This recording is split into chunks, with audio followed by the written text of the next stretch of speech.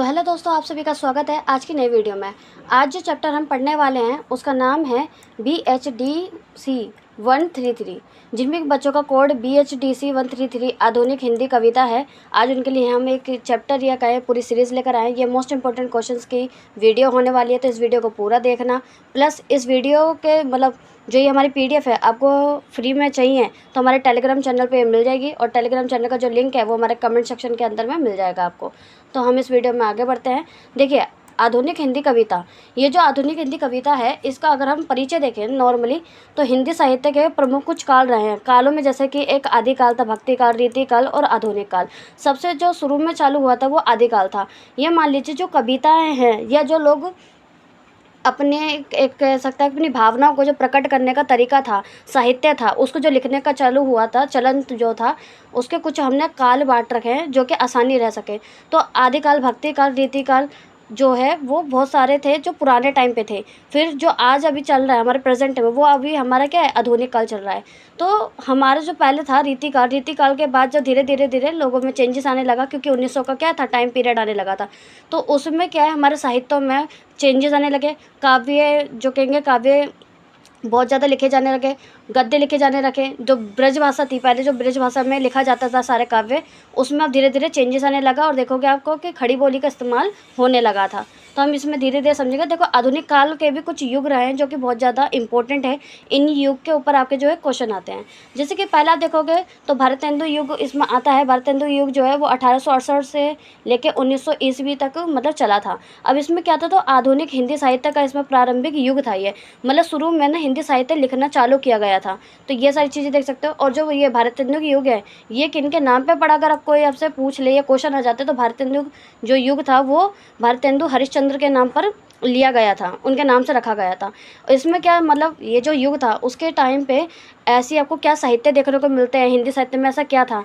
तो नॉर्मल सी बात है कि उनकी जो विशेषताएं थी वो राष्ट्रीय चेतना थी, जैसे कि राष्ट्र प्रेम जो था। क्योंकि आप देखोगे कि टाइम पीरियड क्या है, उस टाइम पे आप देखोगे हम अंग्रेजों के गुलाम थे। क्योंकि 1857 के बाद का आपको युग पता ही है कि जो मुगल का शासन था वो ख़त्म हो चुका था, और प्लस उसके बाद हमारे पे अंग्रेज़ों का कब्ज़ा हो चुका था। तो 1900 का टाइम था। तो भारत के जो लोग थे वो बहुत ज़्यादा परेशान थे, क्योंकि हम लोग क्या थे, गुलाम थे।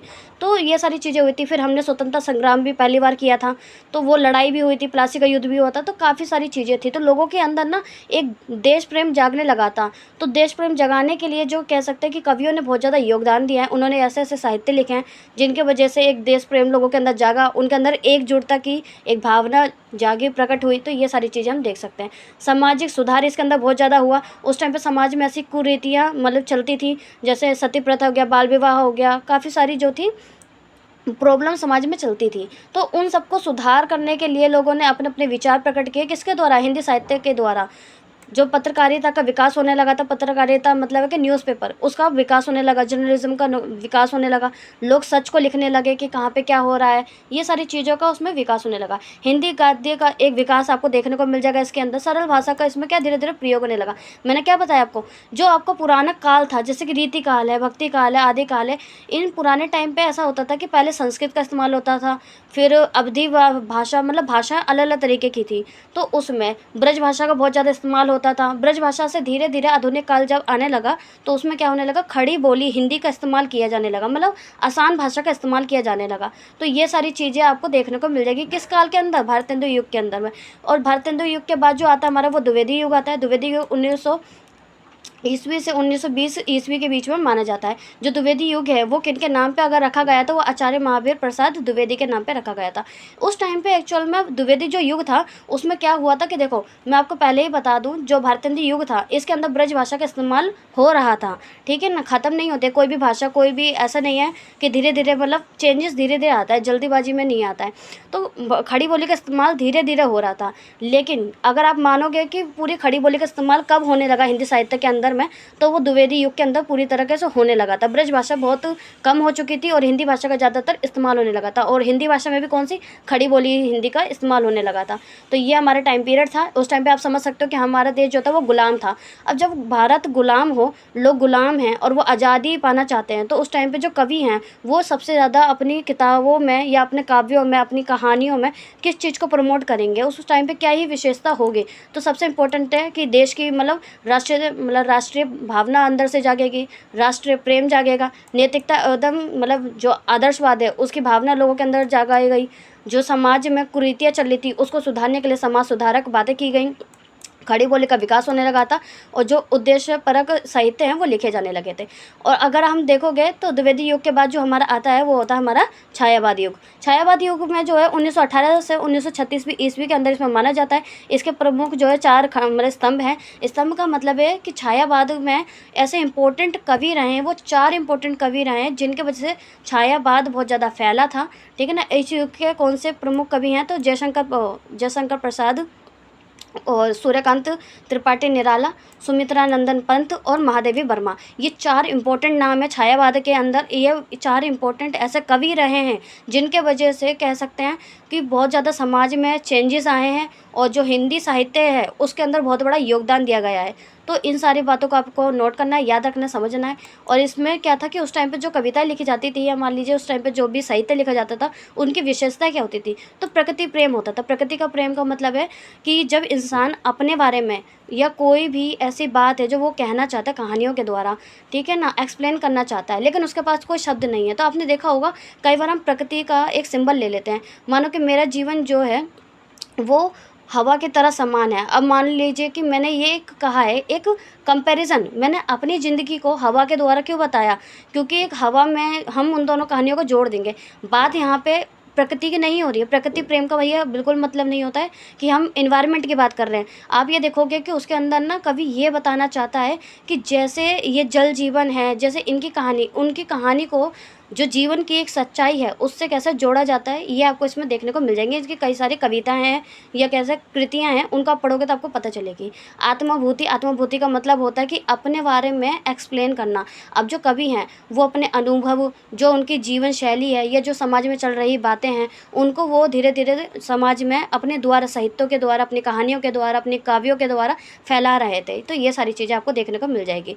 सौंदर्य चेतना देखने को मिल जाएगी। सौंदर्य चेतना का मतलब होता है एक तरीके से कि जो हमारी कृतियाँ हैं उसके अंदर ना बात करने का एक तरीका कि वो कितनी खूबसूरती से, मतलब मान लीजिए कि छोटी छोटी, मतलब आप काव्य देखते होंगे, काव्य जो होते हैं वो छोटे होते हैं, ठीक है ना। गद्य जो होते हैं वो बड़े होते हैं, वो कहानी की तरह होते हैं, लेकिन जो काव्य होते हैं ना वो शॉर्ट होते हैं। और उसके द्वारा इतनी छोटी से शॉर्ट काव्य से एक पूरी कहानी को या पूरे जीवन को या कोई घटना को हम क्या कर सकते हैं, लोगों तक फैला सकते हैं, बता सकते हैं। तो ये सौंदर्य चेतना, मतलब ये उस काव्य से पता चलता है कि मतलब कितनी खूबसूरत तरीके से इसे एक्सप्लेन किया गया है। तो ये एक सुंदरता है। किसी भी कहानी की सुंदरता को हम सौंदर्य चेतना कह सकते हैं आराम से।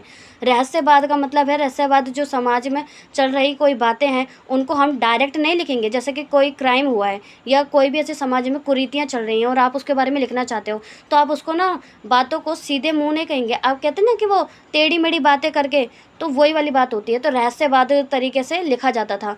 तो ये है कल्पना की प्रधानता देखी जाती थी। कल्पना की प्रधानता का मतलब है कि उस टाइम पे जो एक कहेंगे इमेजिनेशन के द्वारा लोगों को समझाया जाने लगा था।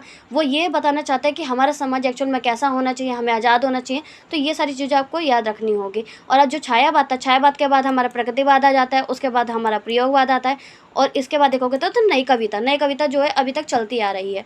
तो ये सारी चीज़ें आप इनको पढ़ सकते हैं आराम से, कोई दिक्कत नहीं है। जो इंपॉर्टेंट पॉइंट थे, जो इंपॉर्टेंट युग थे वो मैं आपको बता चुकी हूँ। याद रखने का जो क्रम है वो आपको सीधा सीधा रखना है। पहले आदिकाल था, उसके बाद भक्ति काल आया था, फिर रीतिकाल, फिर आधुनिक काल, जो कि आज के टाइम पे चल रहा है। तो ये हमारा अभी का जो टाइम है उसको हम आधुनिक काल कह सकते हैं, ठीक है।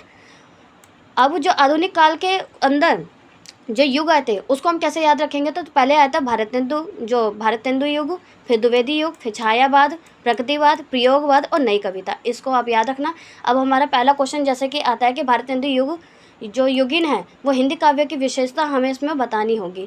तो नॉर्मल सी बात है कि देखो भारतेंदु युग जो है वो मैंने बताया था 1867 से लेकर 1900 ईस्वी तक में चला था। आधुनिक हिंदी साहित्य का जो प्रारंभिक युग इसको माना जाता है, ठीक है ना। हिंदी साहित्य का मतलब है कि मैंने इससे पहले क्या बताया, पहले से जो पहला युग था या उससे पहले जो काल था वो कौन सा था, हमारा रीति काल था।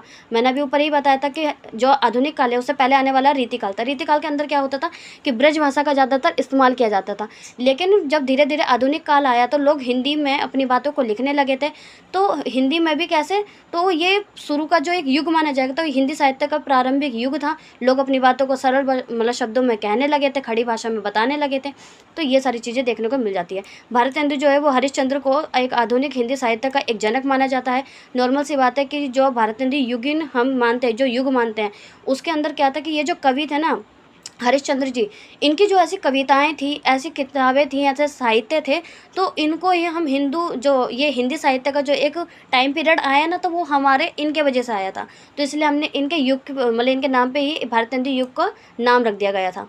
तो इस युग में हम हिंदी कविता ने रीतिकालीन परंपरा से आगे बढ़कर राष्ट्रीय चेतना, मतलब मैंने बोला था ना देश के लिए जो प्रेम, क्योंकि ये टाइम पीरियड मैंने क्या बताया था, जो हमारा आधुनिक युग था वो कब है, जब हम गुलाम थे 1867 से लेकर 1900 तक। हम देखोगे कि हमने भाई अभी 1857 की क्या है युद्ध लड़ा था, ठीक है ना। तो हमारे अंदर एक कहेंगे देश प्रेम जागा है लोगों के अंदर, क्योंकि वो ये जान चुके हैं कि हम एक्चुअल में गुलाम हैं और हमारे साथ जो भी हो रहा है वो गलत हो रहा है। तो हमारे अंदर एक क्या है, देश प्रेम है। अब ऐसी बात है कि लोगों के अंदर ना देश प्रेम जगाने के लिए भी क्या करना होता है कि उन्हें जागरूक करना होता है। जागरूक करने के कई तरीके थे। तो ये जो साहित्य युग था हमारा, या कह लो कि उस टाइम पे लोग किताबें पढ़ना बहुत पसंद करते थे, या न्यूज़पेपर छपता था। तो ये सारी चीज़ें, उसमें लोग अपनी कल्पनाएं लिखा करते थे, अपनी कहानियाँ, अपने काव्य, ये सारी चीज़ें लिखते थे जो कि लोग पढ़ते थे।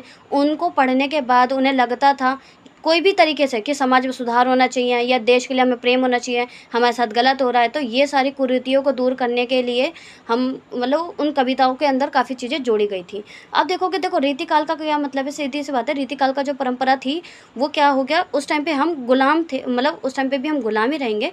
जो मुग़ल थे, हम मुग़ल राज मतलब मुग़ल का शासन चलता था, तो मुग़लों के शासन के टाइम पे जो परंपरा चलती थी वो तो उधर थी। तो उसमें क्या था कि जो राजा को प्रसन्न करने के लिए कहानियाँ लिखा करते थे, काव्य लिखा करते थे। तो ये सारी चीज़ें होती थी। पहले साहित्य उनके लिए लिखा जाता था, लेकिन अब टाइम क्या है, बदल चुका है, क्योंकि अब आधुनिक काल आ चुका है। हमें अब ये पता चल चुका है हम गुलाम हैं और हमारे साथ गलत हो रहा है, समाज में बहुत सारी कुरीतियाँ चल रही हैं जो कि ऐसा नहीं होना चाहिए। तो ये सारी चीज़ों को दूर करने के लिए जो हरिश्चंद्र हैं, उन्होंने अपनी हिंदी साहित्यों में क्या क्या चीज़ें जोड़ी थी जिससे कि लोगों के अंदर एक जागरूकता पैदा हो। तो राष्ट्रीय चेतना उन्होंने जगाने की कोशिश करी, सामाजिक सुधार करने की कोशिश करी, एक आधुनिक विचारधारा को अपनाया। आधुनिक विचारधारा का मतलब है कि लोगों के अंदर ये क्रिएटिविटी जगाना कि हमारा जो ये सोच है पुरानी तरीके से जो अभी तक हम जी रहे हैं, हमारे जीने का मतलब जो जीवन है, लाइफस्टाइल में चेंजेस आना चाहिए। हमारे सोचने विचारने की समझना मतलब एक समझ है उसको बदलना चाहिए। तो ये सारी चीज़ें उसमें आने लगी थी। अब भारतेंदु युग में जो हिंदी काव्य के कुछ मतलब बहुत ही इम्पोर्टेंट विशेषता हैं। तो विशेषता में क्या है, जो राष्ट्रीय चेतना मैंने बताया ना कि देशभक्ति और देश प्रेम की भावना का विकास होने लगा था उस टाइम पे।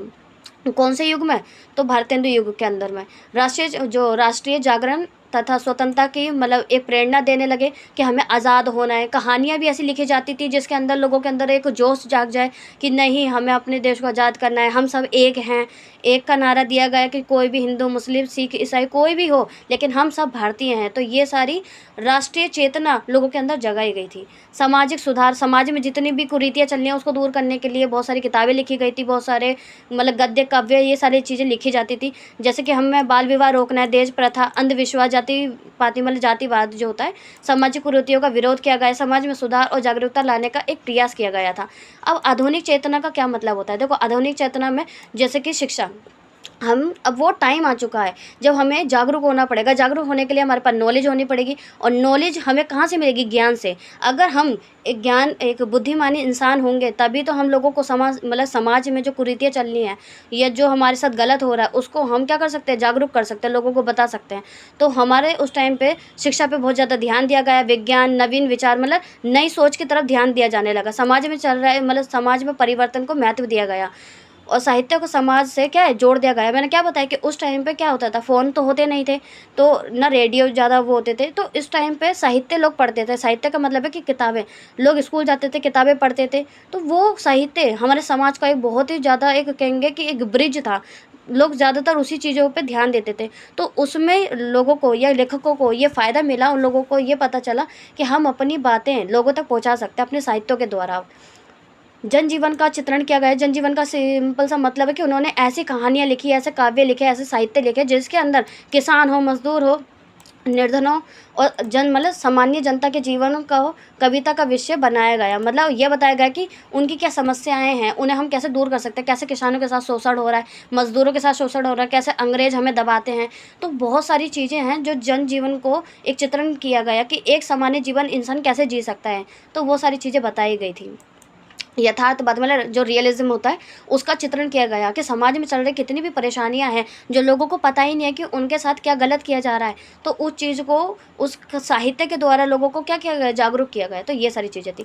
भक्ति भावना लोगों के अंदर जगाई गई। भक्ति भावना का सिंपल से मतलब है कि कृष्ण भक्ति, जो रीति काल था ना, रीति काल के अंदर ना आपने देखा होगा एक भक्ति काल भी आया था। तो भक्ति काल में आप जानते होंगे कि कृष्ण भक्ति हो गई या मीरा ने जो की थी, तो बहुत सारी भक्ति काल उस टाइम चल रहा था। अब देखो भक्ति काल से मतलब रीति काल से अभी हम आधुनिक काल के अंदर आए हैं, तो हमारे अंदर जो भक्ति भावना होगी वो ऐसे ख़त्म थोड़ी हो जाएगी। तो यही बात है कि उस टाइम पे भी जो है कृष्ण भक्ति बहुत ज़्यादा फेमस थी और ईश्वर के प्रति जो एक श्रद्धा होती है वो बहुत ही ज़्यादा सुंदर चित्रण किया जाता था उस टाइम पे। प्रेम, भक्ति और विनय और समर्पण का भाव उस टाइम पर प्रमुख रखा जाता था। प्रकृति चित्रण किया जाता था। प्रकृति चित्रण का मतलब है कि प्रकृति का सरल, स्वाभाविक और भावपूर्ण चित्रण किया जाता था। प्रकृति को मानवीय भावनाओं से क्या जोड़ा जाता था। सिंपल सी बात है कि मेरे को मेरा जो दर्द है या मेरी कोई तकलीफ़ है, ये समाज में चल रही कोई ऐसी इशू है, कोई प्रॉब्लम है, उसे मैं लोगों को बताना चाहती हूँ, लेकिन मैं उसे डायरेक्ट बताऊँगी तो शायद लोगों को इंटरेस्ट ना आए उसे सुनने के लिए। लेकिन अगर मैं अपनी बातों को कोई कहानी के द्वारा या कोई प्रकृति की चीज़ तत्व के द्वारा जोड़ के उन्हें बताऊँ, तो शायद उन्हें वो उस चीज़ को समझने में इंटरेस्ट आए, वो उस गहराई को समझ सके। ये सारी चीज़ें की जाती थी। श्रृंगार भावना का इस्तेमाल किया जाता था। श्रृंगार भावना का सिंपल मतलब है संयोग वियोग दोनों प्रकार के श्रृंगार का। देखो श्रृंगार का मतलब देखो ये होता है कि प्रेम की बातें, ठीक है ना, एक नायक होगा और एक नायिका होगी, इन दोनों की कहानियों को ही हम श्रृंगार भावना कह सकते हैं। उसमें संयोग की कहानी भी हो सकती है, वियोग की कहानी भी हो सकती है, तो दोनों तरीके की कहानियाँ चला करती थी। और व्यंग और हास्य का इस्तेमाल किया जाता था। व्यंग हास्य का मतलब होता है, देखो व्यंग का मतलब है समाज में चल रही कोई भी बुराई क्यों ना हो, समाज में देखो क्या है, अंग्रेजों शासन, जो अंग्रेज का उस टाइम पे शासन था, मैंने बताया था ना कि हमेशा याद रखना कि जो अंग्रेज थे उस टाइम पे हमारा शासन कर रहे थे, मतलब हमारे ऊपर रूल कर रहे थे। तो सामाजिक जो समाज में चल रही क्या है बुराइयां थी, उसको हम सीधा लोगों को नहीं बता रहे हैं, हम उन पे तंज कस रहे हैं एक तरीके से, ठीक है ना, व्यंग कर रहे हैं, मजाक उड़ा रहे हैं। तो मजाक के द्वारा हम समाज में चल रही प्रॉब्लम लोगों को बता रहे हैं। तो ये होती है व्यंग और हास्य, ठीक है ना। इसके द्वारा लोगों के अंदर समाज या समाज में एक जागरूकता पैदा की जाती है। तो ये सारी चीज़ें होती हैं। और भाषा शैली उस टाइम पे कैसी थी मैं बता चुकी हूँ। तो कविता में मुख्यतः क्या है, ब्रज भाषा का इस्तेमाल होता था, क्योंकि मैंने अभी क्या बताया, अभी हम हिंदी भाषा में सीधा आ नहीं गए। अभी हमारी कौन सी चल रही है, रीति काल से भी आधुनिक काल पे ही आए हम। तो रीति काल में ब्रज भाषा का इस्तेमाल किया जाता था, तो अभी भी हमारी ब्रज भाषा या कह सकते हैं अवधी भाषा का इस्तेमाल होता था। तो ये हो गया, भाषा सरल सहज और प्रभावपूर्ण होती थी। प्रभावपूर्ण का मतलब है कि ऐसे शब्दों का इस्तेमाल करना जो कि लोगों के ऊपर एक अच्छा प्रभाव छोड़े और वो उस शब्द की गहराई को समझे। तो ये सारी चीज़ें एक्सप्लेन करने से ना कोई भी दिक्कत, जो हम कहानी का स्रोत आप उन्हें बताना चाहते हैं या जो संदेश पहुंचाना चाहते हैं, वो अच्छी तरीके से लोगों तक पहुंच जाता है। तो ये सारी चीज़ें होती हैं। छंद और अलंकारों का इस्तेमाल किया जाता था बहुत ज़्यादा उस टाइम पे। दोहा, ठीक है ना, आप दोहे पढ़ते हैं तो दोहे कविताएँ, सेवें, पद, पारंपरिक छंदों का प्रयोग किया जाता था। तो ये सारी चीज़ें आप पढ़ सकते हो कि अलंकारों, अनुप्रासों, रूपक, उपमा, इन सारी चीज़ों को बहुत ही सुंदर तरीके से अपने साहित्यों के अंदर, कविताओं के अंदर, काव्यों के अंदर, गद्यों के अंदर इस्तेमाल किया जाता था। और विषय विविधता का इस्तेमाल किया जाता था। देखो विषय का वही राष्ट्र प्रेम, समाज में सुधार लाना, भक्ति, प्रकृति, इन सारी चीज़ों को आप समझ सकते हैं। तो ये हो गया। बाकी आप निष्कर्ष को उसको पढ़ सकते हैं कि भारतेंद्र युग हिंदी साहित्य इतिहास का एक परिवर्तनकारी युद्ध मतलब युग था। सिंपल सी बात है, रीति काल में क्या था, हमारे ऊपर ज़्यादा प्रभाव नहीं पड़ा था, ठीक है। जो मुग़ल लोग थे वो हम पे शासन कर रहे थे, लेकिन जब हमारा एक टाइम बदला कि पहले जो कविताएँ पढ़ी जाती थी ना वो अलग तरीके से होती थी। आपने सूफ़ी संत मतलब ये सारे पढ़े होंगे कि भक्ति काल एक टाइम पे आया था, तो ये सारी चीज़ें थी। ये जो राज दरबार थे, राजा के द्वारा राजा के ऊपर कविताएँ लिखना, तो वो सब अलग तरीके से वो टाइम पीरियड था। लेकिन समाज में चेंज कब आया? जब अंग्रेज़ों ने हमारे ऊपर कब्ज़ा करने की चालू करी। जब जो राइटर होते थे, राइटर मान लो, या जो बड़े लोग थे, जो समझदार थे, जो बुद्धिमानी व्यक्ति थे, उन लोगों ने ये देखा कि समाज में चल रही कुछ गलत बातें हैं। उन्होंने उस बातों को अपने साहित्यों में लिखा, लोगों तक पहुँचाया, और ये जो पहुँचाया है, अब जो ये परिवर्तन ला रहे हैं, तो इसीलिए हम इस आधुनिक काल को परिवर्तन युग भी कह सकते हैं, भारत युग को हम परिवर्तन युग भी कह सकते हैं, क्योंकि अब चेंज आ रहा है समाज के अंदर। अब बातें प्रेम की बातें नहीं हो रही है, या राजा की बात नहीं हो रही है, अब देश की बात हो रही है सीधा। तो इस युग ने हिंदी कविता को एक नई दिशा का प्रदान दिया। मैंने बताया ना, अभी हिंदी कविता मतलब हिंदी की तरफ जा रहे हैं, हम खड़ी बोली की तरफ जा रहे हैं। किस भाषा से? ब्रज भाषा से। तो राष्ट्रीय चेतना को लोगों के अंदर जगाया, सामाजिक सुधार, आधुनिक दृष्टिकोण दिया, एक जन जागरण को साहित्य प्रमुख का एक उद्देश्य बनाया। ये सारी चीज़ें हमने हिंदी कविता सुदृढ़ नींव रखी गई थी कब? भारत हिंदी युग के अंदर में। अब दूसरा युग जो मैंने आपको बताया था वो होता है द्विवेदी युग। द्विवेदी युग की क्या मतलब विशेषताएं हैं वो हम जानेंगे। देखो, द्विवेदी युग जो है वो 1900 से 1920, मतलब अभी भी हम क्या है, अंग्रेजों के गुलाम ही हैं। तो उस टाइम पे भी आप ध्यान रखना, जब भी हम देखो किसी चीज़ अगर हम गुलाम हैं, तो वो भले ही भारत हिंदी युग की बात हो जाए या द्विवेदी युग की बात हो जाए, उस टाइम पे हमारे अंदर जो हाँ, उस टाइम पे जो साहित्य लिखे जाते होंगे, काव्य लिखे जाते होंगे, उसमें जो विशेषताएं होंगी वो आपको नॉर्मल से पॉइंट है जो आपको याद रखनी है और जो लिखनी है। राष्ट्रीय चेतना सबके अंदर होगी, समाज में चढ़ी कुरीतियाँ, ये सारी चीज़ें पॉइंट हम देखेंगे। और मानवतावाद की हमेशा बात की जाएगी, मतलब जो मानव जन कल्याण की बात है वो बातें की जाएगी। भाषा शैली की बात की जाएगी कि कैसे ब्रज भाषा से हमने खड़ी बोली हिंदी की तरफ हम जाने लगे थे। तो ये सारी चीज़ें, प्रकृति चित्रण का इस्तेमाल किया जाने लगा था। तो ये सारी चीज़ें अभी हम इसको रुको आगे देखते हैं, ठीक है। तो देखो, जो हमारा द्विवेदी युग है ये किनके नाम पर पड़ा था? तो आचार्य महावीर प्रसाद द्विवेदी के नाम पर ये युग का नाम रखा गया। और ये जो है वो एक राइटर हैं, ठीक है ना। ये सब जो मैं बता रही हूँ, ये जो युग हैं, ये किसी न किसी राइटर के नाम पे रखे गए हैं। जैसे कि मैंने ऊपर वाला जो बताया था आपको, ठीक है ना, द्विवेदी भारतेंदु युग, तो वो हरिश्चंद्र जी के नाम पे रखा गया था। बाकी ये वाले जो है द्विवेदी युग, ये महावीर आचार्य प्रसाद द्वारा उनके नाम पे रखा गया था। अब इस युग में हिंदी कविता को एक नई दिशा देखने को मिली। मैंने क्या बताया, इससे पहले कौन सी भाषा चल रही थी? ब्रज भाषा चल रही थी। ब्रज भाषा में कविताएं लिखी जा रही हैं, साहित्य लिखे जा रहे हैं, ये सारी चीज़ें होती थी। लेकिन जब द्विवेदी युग आया ना, तो उसमें क्या होने लगा था, परिष्कृत हिंदी भाषा का इस्तेमाल किया जाने। देखो, परिष्कृत का मतलब है रिफाइनरी, पूरी तरीके से खड़ी हिंदी बोली का एक इस्तेमाल किया जाने लगा था अपने साहित्यों के अंदर में। ये सारी चीज़ें हैं। राष्ट्रीय बातें, मतलब राष्ट्रीय देश की बातें होती थी उस साहित्यों में। नैतिक चेतना, लोगों के अंदर एक चेतना जगाई जाती थी। इस काल की जो कविताएं थी उसका उद्देश्य मनोरंजन ना होकर समाज का एक मार्गदर्शन थी। मैंने क्या बताया, अभी हम क्या है, अभी हम गुलाम हैं। अगर मानिए आप गुलाम हैं तो आप लोगों से अच्छी बातें मतलब मनोरंजन की बातें करेंगे नहीं, आप समाज में ऐसी बातें करेंगे जिससे कि हम समाज में मतलब लोगों को एकजुट कर सकें, देश प्रेम जगा सकें, और लोग मतलब जो हम जिस भी प्रॉब्लम से अभी जूझ रहे हैं उससे हम आज़ाद हो सकें। तो हमने क्या किया, उस टाइम पे कोई मनोरंजन की बातें नहीं होती थी कविताओं के अंदर में, कोई भी साहित्य के अंदर या काव्यों के अंदर में। वहाँ पे क्या बातें होती थी, समाज को एक मार्गदर्शन दिया जाता था कि कैसे हम आगे बढ़ सकते हैं, कैसे हम एकजुट होकर इन लोगों को यहाँ से निकाल सकते हैं और अपने देश को आज़ाद कर सकते हैं। ये सारी बातें होती थी। द्विवेदी युग के अंदर जो प्रमुख बातें हैं मैंने अभी बताई, राष्ट्रीय चेतना देखने को मिल जाएगी, देशभक्ति देखने को मिल जाएगी, स्वतंत्रता की बातें करने को मिल जाएगी, सामाजिक सुधार देखने को मिलेगा। समाज में चल रही कुरीतियाँ जैसे अंधविश्वास, जाति भेद, बाल विवाह, दहेज प्रथा, ये सारी चीज़ें, और इसमें सती प्रथा भी आ जाती है।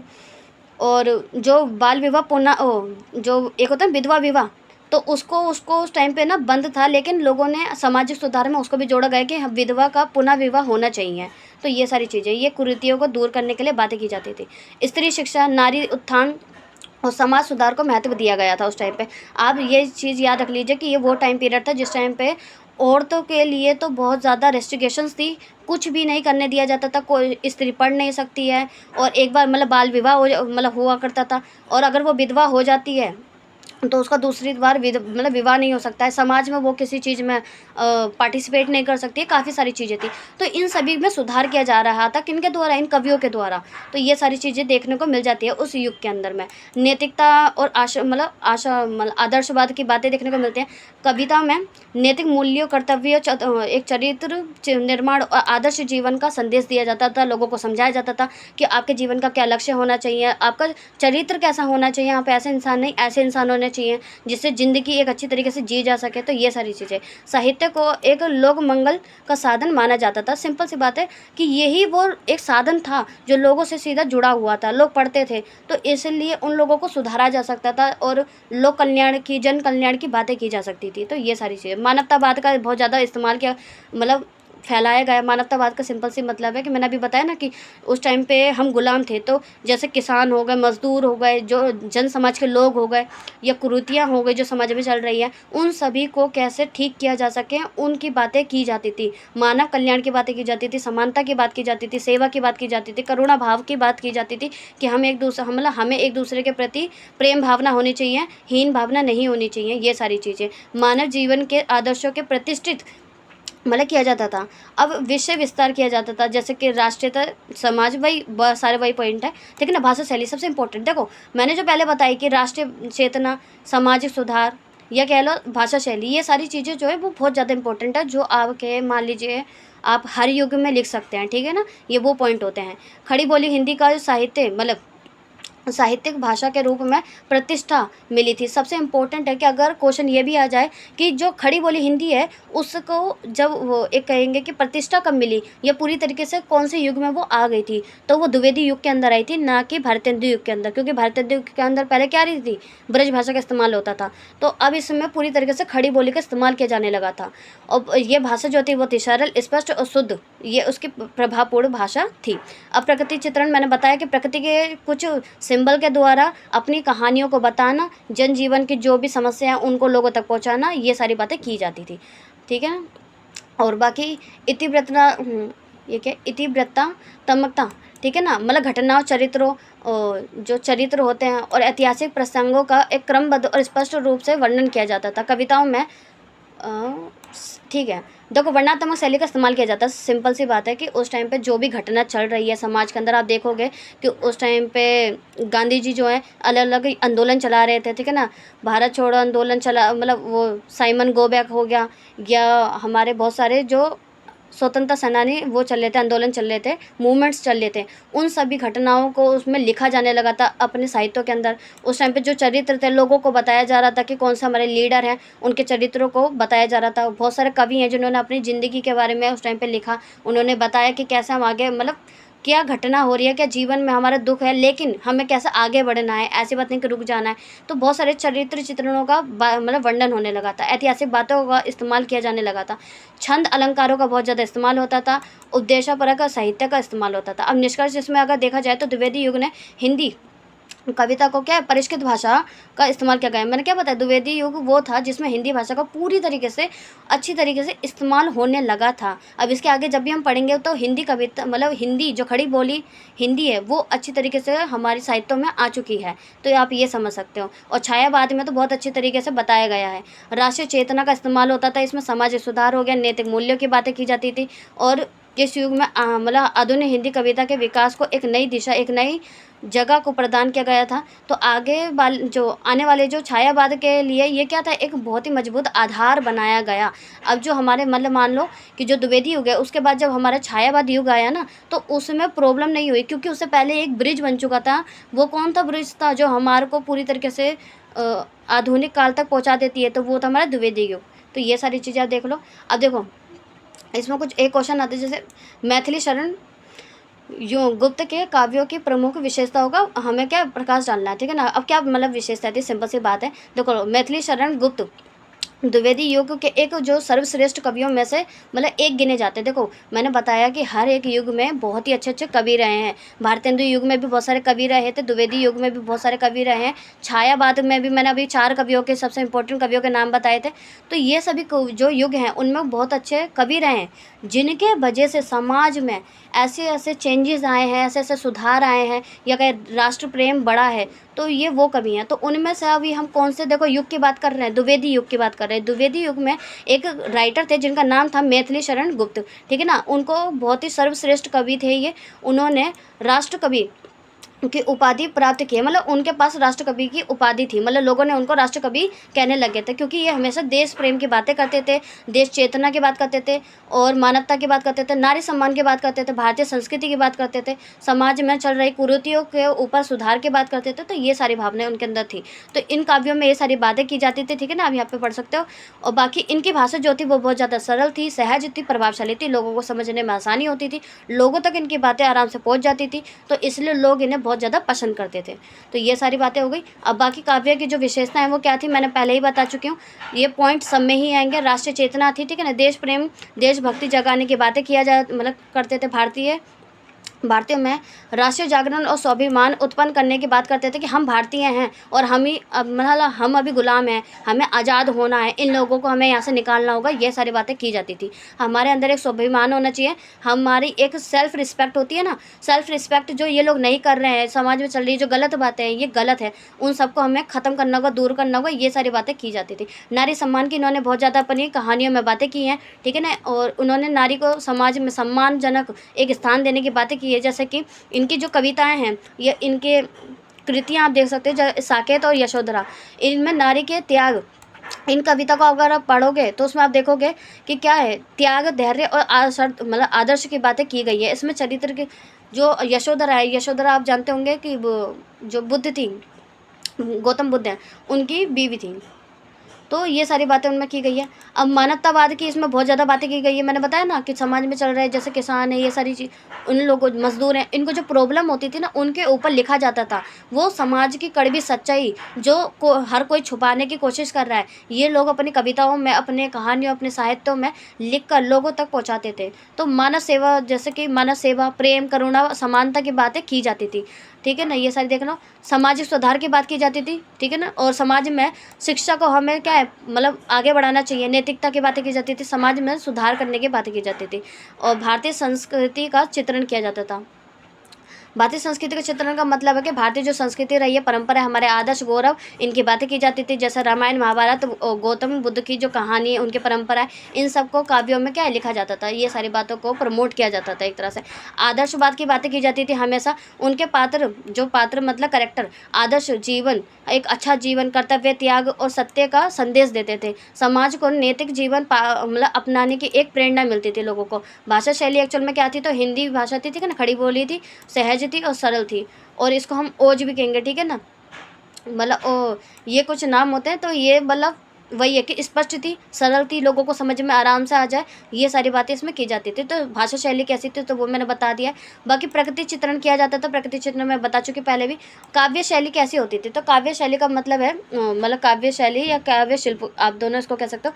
उनके काव्यों में जो भाव होते थे और जो कला का एक सुंदर संतुलन बनाया जाता था। जैसे कहानी कहने का एक तरीका, देखो काव्य का मतलब है कविता, और शिल्प का मतलब है सौंदर्य, कि कोई भी कविता को कितनी सुंदर तरीके से लोगों को बताया जा सकता है या लोगों के सामने रखा जा सकता है, उसी को हम शिल्प सौंदर्य या काव्य शिल्प कहते हैं, ठीक है ना। ये सारी बातें, इसमें छंद, अलंकार, इन सबका, रसों का सही से इस्तेमाल किया जाता है। तो ये सारी इनकी प्रमुख कवि जो कृतियाँ थी, ठीक है ना। हम कृति देखो, ये हमारे जो सॉरी यहाँ पे मैथिली शरण गुप्त जो थे, इनकी कुछ कृतियाँ भी थी, ठीक है ना। उन्होंने कौन कौन सी कृतियाँ लिखी हैं, तो सबसे इंपॉर्टेंट जैसे कि साकेत और यशोधरा, ये तो बहुत ज़्यादा इंपॉर्टेंट है, ठीक है ना। साकेत और यशोधरा, इनकी कृतियाँ जो है बहुत मशहूर भी हैं। और भरत भारती हो गई, और ये सारी आप नाम है, पंचवटी, ये सब देख लेना। बाकी इसमें निष्कर्ष इसका क्या निकलता है, तो मैथिली शरण गुप्त ने अपने काव्यों के माध्यम से राष्ट्रीय चेतना, भारतीय संस्कृति, नारी सम्मान, मानवतावाद और सामाजिक सुधार की भावना को एक सशक्त रूप से क्या किया, अभिव्यक्त किया, लोगों के सामने रखा, अपनी बातों को सही तरीके से एक्सप्लेन किया। इसी कारण आधुनिक जो हिंदी साहित्य के प्रमुख कवि का जो इन मतलब कहेंगे कि स्थान दिया गया, राष्ट्र कवि का जो इन्हें स्थान दिया गया, तो वो इन्हीं बातों से दिया गया था इन्हें। अब आगे देखते हैं कि ठीक है, आगे देखते हैं। राम नरेश, ठीक है ना। राम नरेश जो त्रिपाठी हैं, उनकी कविताओं के बारे में हमें बताना होगा कि क्या विशेषता उसकी मतलब उनकी रही थी, ठीक है ना। तो जो राम नरेश थे त्रिपाठी, उन्होंने द्विवेदी युग के एक प्रमुख कवि थे। याद रखना, अभी हमने पहले कवि का नाम पढ़ा था जो कि द्विवेदी युग में थे, ठीक है ना, और वो जो बहुत ही क्या थे, प्रतिष्ठित थे। अब ये क्या है, हमारे दूसरे कवि हैं। अब इनके बारे में क्या है कि इनकी जो कविताएं थी वो कैसी थी, तो वो राष्ट्रीय भावना की बात करती थी, मानवतावाद की बात करती थी। देखो सिंपल सी बात है, किसी के भी ऊपर आपका क्वेश्चन आ जाए, ठीक है ना, आपको लिखना है, आपको याद भी नहीं आ रहा है, तो आपको कुछ पॉइंट है जो आपको लिखने ही लिखने हैं, ठीक है ना। भारत हिंदी युग मान लो, देखो जो हमारा भारत हिंदी युग हो गया, उसके अंदर भी राष्ट्रीय भावना की बात की जाएगी, मानवतावाद की बात की जाएगी, प्रगतिवाद की बात की जाएगी, ठीक है ना, जीवन शैली लोगों की मतलब जन जागरण की बात की जाएगी। तो ये सारी बातें, और भाषा शैली कैसी थी, ये सारी बात, ये सब, ये कुछ विशेष मतलब विशेषताएं थी उस टाइम की कविताओं की। तो ये सारी चीज़ें प्लस यही चीज़ को हम द्विवेदी युग में भी लेंगे और यही चीज़ को हम अपनी छायावाद में भी लेंगे, लेकिन छायावाद में कुछ चीज़ों का चेंज होने लगा था। तो ये सारी चीज़ें हैं। तो इन दोनों युग में जो बातें हैं, जो विशेषता है, वो दोनों सेम थी। जैसे कि देश की बातें करी जाती थी, राष्ट्रीय चेतना की बात की जाती थी, और ये कहे कि मानवतावाद की बातें की जाती थी। तो ये सारी चीज़ें हैं। तो उनके जो काव्य हैं वो राष्ट्रीय भावना, मानवतावाद और प्रकृति प्रेम और ग्राम्य जीवन, मतलब जो गांव का जीवन होता है, और भारतीय संस्कृति का सुंदरन क्या है, सुंदर तरीके से चित्रण किया जाता था, लोगों के सामने उसको रखा जाता था, ठीक है ना। उन्होंने सरल भाषा, जन सामान्य की भावनाओं को मतलब भावनाओं को क्या अभिव्यक्ति की, मतलब समाज में चल रही कोई भी बात है उसको आसान सी भाषा में अच्छी तरीके से अपने काव्यों में लिखा और काव्यों को लोगों के सामने प्रस्तुत किया। तो यही चीज़ें होती हैं जिनकी वजह से ये जो आधुनिक काल है इसमें बहुत सारी चेंजेस आई, लोगों के अंदर देश प्रेम जागा, समाज में चल रही जो कुरीतियाँ हैं, लोगों ने समझा कि पुराने ज़माने से चल रहे कुछ ऐसे रिवाज हैं, उन्हें हमें ख़त्म करना होगा, ये गलत कुरीतियाँ हैं। तो ये सारी चीज़ें, जो नारी है, नारी सम्मान की बात की गई, नारी को एक दर्जा दिया गया कि नहीं, उनको भी बहुत सारी चीज़ों को पाने का एक अधिकार होना चाहिए, शिक्षा का अधिकार होना चाहिए। काफ़ी सारी चीज़ों में बदलाव आने लगा। ये वही सारे कवि हैं जिनकी वजह से समाज में क्या है, बहुत बड़ा बदलाव आया था, ठीक है। और प्रकृति प्रेम मैं पहले ही बता चुकी हूँ, इनका इस्तेमाल किया जाता था। अब जो गाँव के सरल जीवन और किसानों का ग्रामीण जो संस्कृति होती है उसको लोगों के सामने रखा गया है। यथार्थ चित्रण का मतलब हमेशा होता है रियलिटी, समाज में चल रही जैसा जीवन है, जैसा दिख रहा है, उसी को अपनी कहानी में लिख कर लोगों को बताना, उसी को हम यथार्थ चित्रण कहते हैं, ठीक है ना।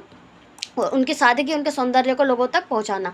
तो ये था, सामाजिक चेतना थी, समाज में चल रही जो कुरीतियाँ उनको दूर करना, ठीक है ना, और जागरूकता फैलाना, ये सारी चीज़ें हैं। भारतीय संस्कृति को फैलाना, जो कि उससे पहले वाला पॉइंट में भी मैंने बताया ना, क्योंकि भारतीय युग के अंदर यही कुछ पॉइंट है, यही वो विशेषताएं थी जो हर कविता में, हर कवि की कविता में, जितने भी राइटर रहे हैं उन सब में देखने को मिल जाएगी। ये वही विशेषताएं थी जो समाज में उस टाइम पर चल रही थी। अब भाषा शैली कैसी थी तो मैं पहले ही बता चुकी हूँ कि खड़ी बोली का इस्तेमाल किया जाने लगा था। जो भाव प्रधानता थी वो कैसी थी, तो उनके काव्यों में करुणा, प्रेम, संवेदना और आदर्शवाद की एक प्रधानता को देखने को मिलती है। काव्य शिल्प देखने को मिलता है, ये सारी चीज़ें हैं। बाकी जो हमारा निष्कर्ष इसमें निकलता है, तो जो नाम राम नरेश थे त्रिपाठी, उन्होंने अपने काव्यों के माध्यम से राष्ट्रीय चेतना, मानवता और प्रकृति प्रेम और ग्राम्य जीवन, मतलब गांव के जो जीवन है, और भारतीय संस्कृति के प्रभावशाली रूप से लोगों के सामने प्रस्तुत किया। उनकी रचना आधुनिक जीवन, मतलब आधुनिक हिंदी कविता को एक जनजीवन से जोड़ने का क्या है, महत्वपूर्ण कार्य करती है, काम करती है, सिद्ध करती है। ये सारी बातें इसमें हुई है। अब छायावाद की बात आ चुकी है। देखो ये तीसरा युग है, हमने पहले भारत हिंदी युग के बारे में पढ़ा, और फिर द्विवेदी युग, और फिर छायावादी युग। अब छायावादी युग में क्या है, तो इसकी प्रमुख जो विशेषता है वो मैं पहले ही बता चुकी हूँ। देखो राष्ट्रीय छायावाद है, छायावाद आधुनिक हिंदी कविता का एक क्या कहेंगे, एक गोल्डन पीरियड था, ठीक है ना, एक गोल्डन युग माना जाता है। अब इसका जो विकास है वो 1918 से 1936 ईस्वी के बीच में हुआ था। इसमें जो इम्पोर्टेंट कवि जो छायावाद युग कहा गया वो इन 4 इम्पोर्टेंट कवियों के वजह से ही कहा गया। पहले थे जयशंकर प्रसाद, सूर्यकांत त्रिपाठी निराला जी और सुमित्रा पंत, महादेवी वर्मा। ये छायावाद के 4 प्रमुख स्तंभ हैं। इनके वजह से छायावाद का युग एक तरीके से मान सकते हो कि आया है। तो बहुत सारे चेंजेस लाए थे ये लोग। तो ऐसे ही द्विवेदी युग से हम छायावादी युग में आ चुके थे। तो जो छायावादी कविता है उनमें आत्मभूति की बातें होने लगी थी, प्रकृति प्रेम की बातें होती थी, कल्पना की बातें होती थी, सौंदर्य और ऐसा जो रहस्य तरीके से मैंने बोला ना, बात करने का तरीका होता है, तो उसकी बातें स्थान इन लोगों को मतलब मिला। तो ये सारी बातें विशेषताएं थी। तो आत्मभूति की जो प्रधानता है, मतलब छायावादी कवियों ने अपनी व्यक्तिगत जो हमारे जीवन की रियलिटी, जो राइटर है उसकी एक अपनी ज़िंदगी, पर्सनल ज़िंदगी, उनकी भावना, उनकी अनुभूतियों को लोगों के सामने रखा, ठीक है ना, उसको प्रमुखता दी, उन्होंने बताया अपने बारे में। हम कहते हैं ना कि जीवन चरित्र की बातें करते हैं। किसी के जीवन चरित्र का मतलब है कि उस इंसान की ज़िंदगी के बारे में सारी बातें, उसी को हम जीवन चरित्र कहते हैं। तो उस टाइम पे क्या छायावाद का जब ऐसा टाइम, ऐसा युग आया था कि उसमें जो कवि हैं, जो सारे कवि हैं, वो अपने जीवन के बारे में, अपने दुख हो, कोई भी एक्सपीरियंस हो, उसको लिखा करते थे, लोगों तक पहुँचाया करते थे। तो ये सारी बातें होती थी। कविता में आत्म अभिव्यक्ति का स्वरूप जो है वो देखने को मिल जाता है, ठीक है ना। और भक्ति मतलब प्रकृति प्रेम देखने को मिल जाता है। प्रकृति का सजीव देखो, मैंने आपको बताया जैसे महादेवी वर्मा है, इनकी भी बहुत सारी कृतियाँ हैं। और देखो ये जो हैं, इन लोगों ने ऐसी कृतियाँ लिखी जिसके अंदर प्रकृति को इंसान की समस्याओं से जोड़कर बताया गया। और ये बहुत ही खूबसूरत तरीका होता था लोगों के सामने अपना दर्द या कोई भी प्रॉब्लम को रखने का, भले ही वो खुशी हो, दुख हो, कोई भी तरीके का हो, लेकिन ये एक बहुत ही खूबसूरत सौंदर्यमय एक चित्रण हुआ करता था। तो ये चीज़ प्रभावशाली थी, जो कि लोगों के जीवन पे एक प्रभाव डालती थी। सौंदर्य चेतना होती थी, मैंने पहले भी बताई थी कि ना, सौंदर्य चेतना सूक्ष्म और कलात्मक चित्रण किया जाता था, जो कि अंतरीय और बाहरी दोनों प्रकार के सौंदर्य को महत्व दिया जाता था, ठीक है ना। कि मानव के अंदर की मतलब क्या सुंदरता है और जो बाहर के समाज में चल रही सुंदरता है वो किस तरीके से, तो इसे प्रकट किया जाता था। रहस्यवाद का इस्तेमाल होता था। रहस्यवाद का मतलब है ईश्वर आत्म प्रकृति के रहस्यमय संबंधों की अभिव्यक्ति की गई थी। आध्यात्मिक अनुभूति का जो है समावेश देखने को मिल जाता है। मतलब यही है कि समाज में भक्ति का मतलब भक्ति भी चल रही है। और रहस्यवाद का मतलब है कि जो भी समाज, मैंने बताया ना, कि जो भी समाज में बातें हैं, या कवि अपनी कहानी को लिखना चाहता है, कोई बात कहना चाहता है, तो उसे वो डायरेक्ट नहीं लिखेगा, वो उसे थोड़ा सा ऐसे लिखेगा कि घुमा के थोड़ा सा लिखेगा, ठीक है ना। जैसे दोहे लिखे जाते हैं, और जैसे कि काव्य लिखे जाते हैं। काव्य छोटे होते हैं, गद्य बड़े होते हैं। तो उसमें क्या होता है कि गा मतलब थोड़े शब्दों में एक, मतलब कहेंगे कि यह इम्पोर्टेंट शब्दों में एक बहुत बड़ी कहानी, अपना दर्द, अपनी या भावना को प्रकट करना, तो ये एक रहस्यवाद भी उसमें कहा जाता है, जोड़ा जाता है। कल्पना की प्रधानता को बहुत ज़्यादा महत्वता दी गई। इसका मतलब है कि कल्पना के माध्यम से भावों का प्रभावशाली स्वरूप तरीके से लोगों के सामने प्रस्तुत किया गया। ये एक नवीन बिंबों और प्रतीकों का युग भी माना जाता है। देखो सिंपल सी बात है कि कल्पना का मतलब है इमेजिनेशन। अब जो कवि हैं वो अलग अलग तरीके से इमेजिनेट कर रहे हैं लोगों के सामने, कि ऐसी कहानियाँ प्रकट कर रहे हैं, उन्हें बताने की कोशिश कर रहे हैं कि समाज को हम इस तरीके से भी रिफ़ाइन कर सकते हैं, ठीक कर सकते हैं, ये सारी चीज़ें। तो कल्पना वाली बातें भी होती हैं, जैसे कि बहुत सारी जो, मानो कि कोई कहानी है, ठीक है ना, कोई चूहे बिल्ली की कहानी है, अब मैंने उसको लिखा, मैंने उसको एक अलग नज़रिए से लिखा, मानो मनोरंजन के लिखा, तो वो सारी चीज़ें, लेकिन वो रियलिटी नहीं है, वो मैंने किसी के रियल कहानी नहीं बताई है, मैंने उसको किस तरीके से लिखा, एक कल्पना है वो तो मेरी। तो कल्पना जो होती है वो हमारी एक इमेजिनेशन होती है। तो वो सारी युग की कहानियाँ भी इसमें आने लगी थी। प्रेम भावना की जो है बातें की जाती थी इसके अंदर। प्रेम चित्रण जो पवित्र चित्रण होता है, ठीक है ना, सूक्ष्म आध्यात्मिक रूप के, मतलब ये सारी बातें इसमें करने लगे थे। तो जो मानवीय प्रेम होता है, ठीक है ना, जो मानव का एक प्रेम है, वो कैसे समाज से जोड़ सकता है, तो लोगों को लड़ाई नहीं करनी चाहिए और लोगों को एक दूसरे से संबंध बना के रखने चाहिए, ठीक है ना, वो सारी बातें इसमें की जाती थी उस टाइम पर। मतलब यही वो युग था जिसमें कहानियों में इनमें बातें जोड़ी जाती थी। मानवतावाद जो है, मानवतावाद का सिंपल से मतलब है, मैंने बताया ना, समाज में कोई भी मनुष्य की कोई भी तकलीफ है उसको कैसे रखना, ठीक है ना, मानव जीवन, ठीक है ना, उस टाइम पे मानव का जो जीवन है वो कितना कठिन है, कैसा है, वो सब अपनी कहानियों, अपने काव्यों में लिखा जाता था। करुणा, प्रेम, संवेदना, ये बहुत सारी बातें हैं। मनुष्य के आत्मिक जो विकास है उसको बल दिया जाता था उस टाइम पे। प्रतीकात्मकता का जो भाव है वो होता था। अब भावना देखो, अभिव्यक्ति के लिए प्रतीकों और संकेतों का प्रयोग किया जाता था। मैंने बोला ना, सीधी बात नहीं लिखी जाती थी, हम दूसरे सिंबल बल वालों की प्रकृति के द्वारा, ठीक है ना, जो जो प्रकृति है उसके संकेत, उसके सिंबलों का इस्तेमाल करके अपनी कहानी के बारे में बताना। तो अलग अलग तरीके से दोहे का इस्तेमाल करना, तो बहुत सारी चीज़ों का इस्तेमाल किया जाता था। भाषा में जो संकेत दिए जाते थे, एक गहन जो है अर्थ निकाला जा सके उसके लिए। भाषा शैली कैसी थी, तो भैया हिंदी की जो खड़ी भाषा थी उसका इस्तेमाल किया जाता था। मधुर काव्य तमकता रूप का बातें की जाती थी, और भाषा में कोमलता देखने को मिलेगी, लक्षण मतलब एक लक्षणता देखने को मिलेगी। और संगीत मतलब आप देखोगे कि कुछ कविताएं ऐसी हैं, कुछ काव्य ऐसे हैं जिसको आप गाने की तरह गाओगे, ठीक है ना, और उसका फिर एक मतलब निकलता है, कहानी का विस्तार होता है। तो ये सारी चीज़ें आपको देखने को मिल जाएगी। गरिमा मतलब जो गरिमा की बातें की जाती है ना, तो गीतात्मकता की बातें की जाती है। छायावादी जो कवि हैं उन्होंने कवियों ने क्या किया है, उन्होंने संगीत, लय और भावों को मधुर तरीके से अपनी बातों में कहा है, और यही सारी रचनाएं इनकी देखने को मिल जाती है, जो कि कैसी है, संगीत के तरह है, ठीक है ना। उस कविताओं उस काव्यों में आप देखोगे, आप गाओगे तो आपको लगेगा कि आप गीत गा रहे हो। तो ये सारी बातें होती हैं।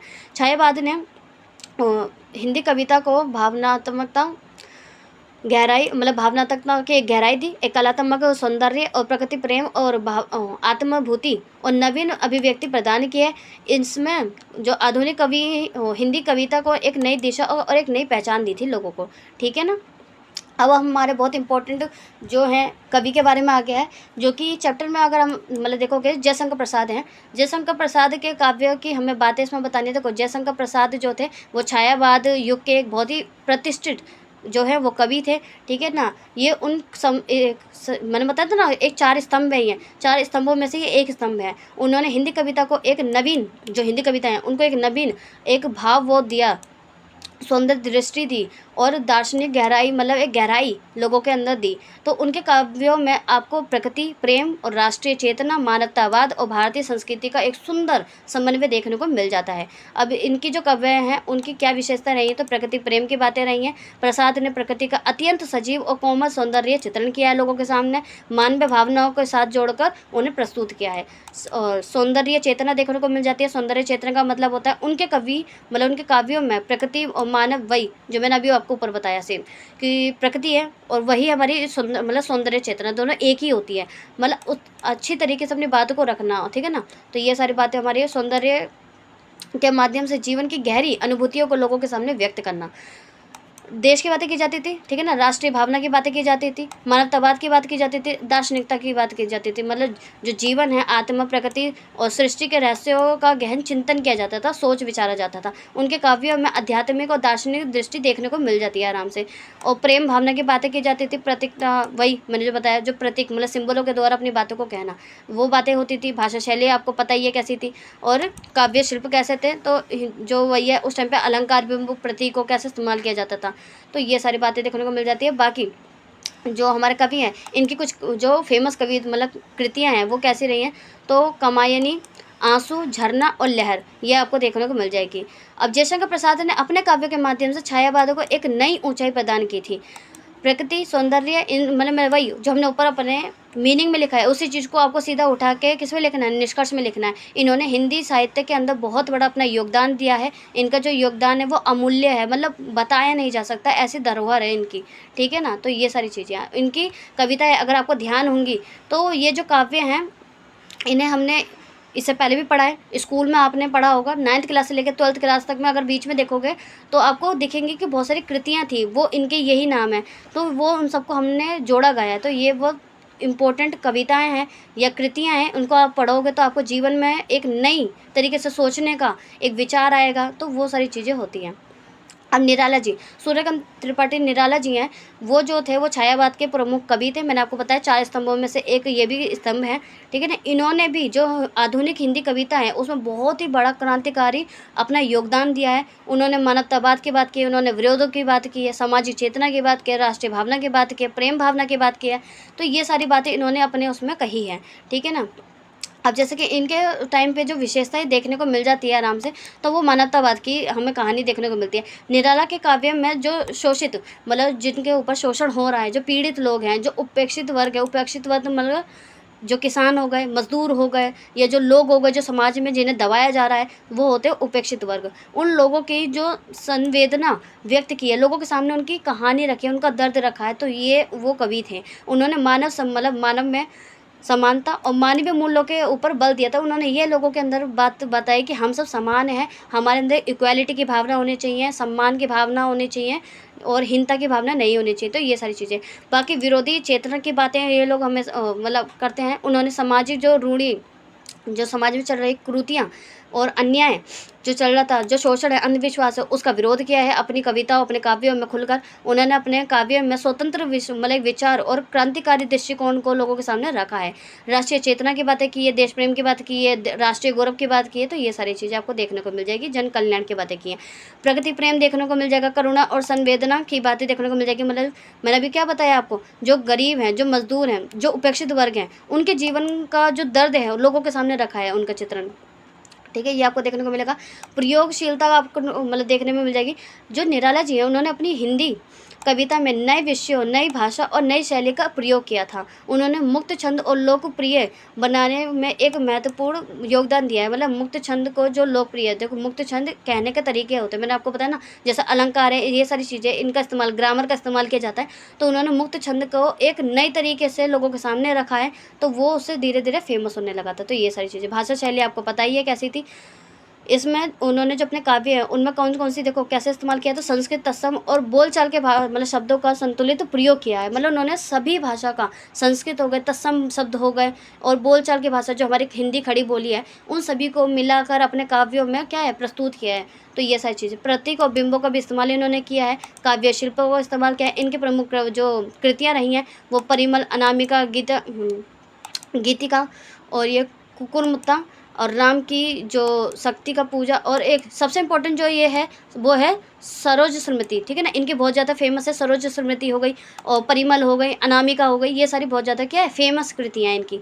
निराला जी ने एक सेकंड, निराला जी ने अपने काव्य के माध्यम से हिंदी कविता को एक नई दिशा दी और नई अभिव्यक्ति का प्रदान किया। मतलब अपनी भावनाओं को अच्छी तरीके से लोगों के या समाज के सामने रखा। मानवतावाद, विरोधी चेतना, समाज जो सरोकार, जो मैंने ऊपर पॉइंट लिखे हैं, उन्हीं सबको उन्होंने क्या करा है, मतलब एक छायावाद के युग में अपना योगदान दिया है, या हिंदी साहित्य युग में अपना क्या है, योगदान दिया है। तो ये बहुत ही प्रभावशाली कवियों में गिने जाते हैं। महादेवी वर्मा, ठीक है ना, महादेवी वर्मा जो कि छायावाद की ही कवि है, मतलब कवित्री रही हैं। अब उनके बारे में हम देखते हैं। तो महादेवी वर्मा छायावाद के प्रमुख क्या है, कवि ही रही हैं।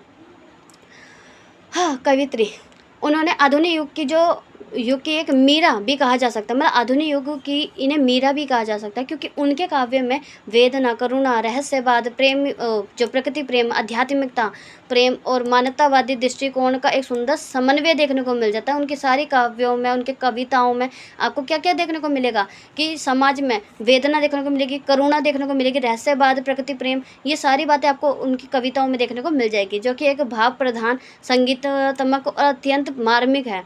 अब इनकी कुछ जो विशेषता है वो कैसी है, तो देखो मैंने जो ऊपर बताया वही पॉइंट इधर नीचे भी आ जाएंगे कि वेदना और करुणा देखने को मिलते हैं उनके काव्यों में। सबसे जो प्रमुख विशेषता है वो है कि वेदना और करुणा देखने को मिलती है। उन्होंने व्यक्ति को पीड़ा, जो व्यक्तिगत पीड़ा, जो व्यक्ति की तकलीफ़ें होती हैं, उनकी पीड़ा को सार्वभौमिक मान्य, मतलब एक मानवीय संवेदना का स्वरूप, मतलब लोगों के सामने रखा है, ठीक है ना। तो वो ये लगते थे कि समाज में चल रहा है जो भी लोगों के दुख दर्द है, कोई भी पीड़ा है, उन सभी को क्या है, लोगों के सामने वो रखा करती थी अपनी कविताओं के द्वारा।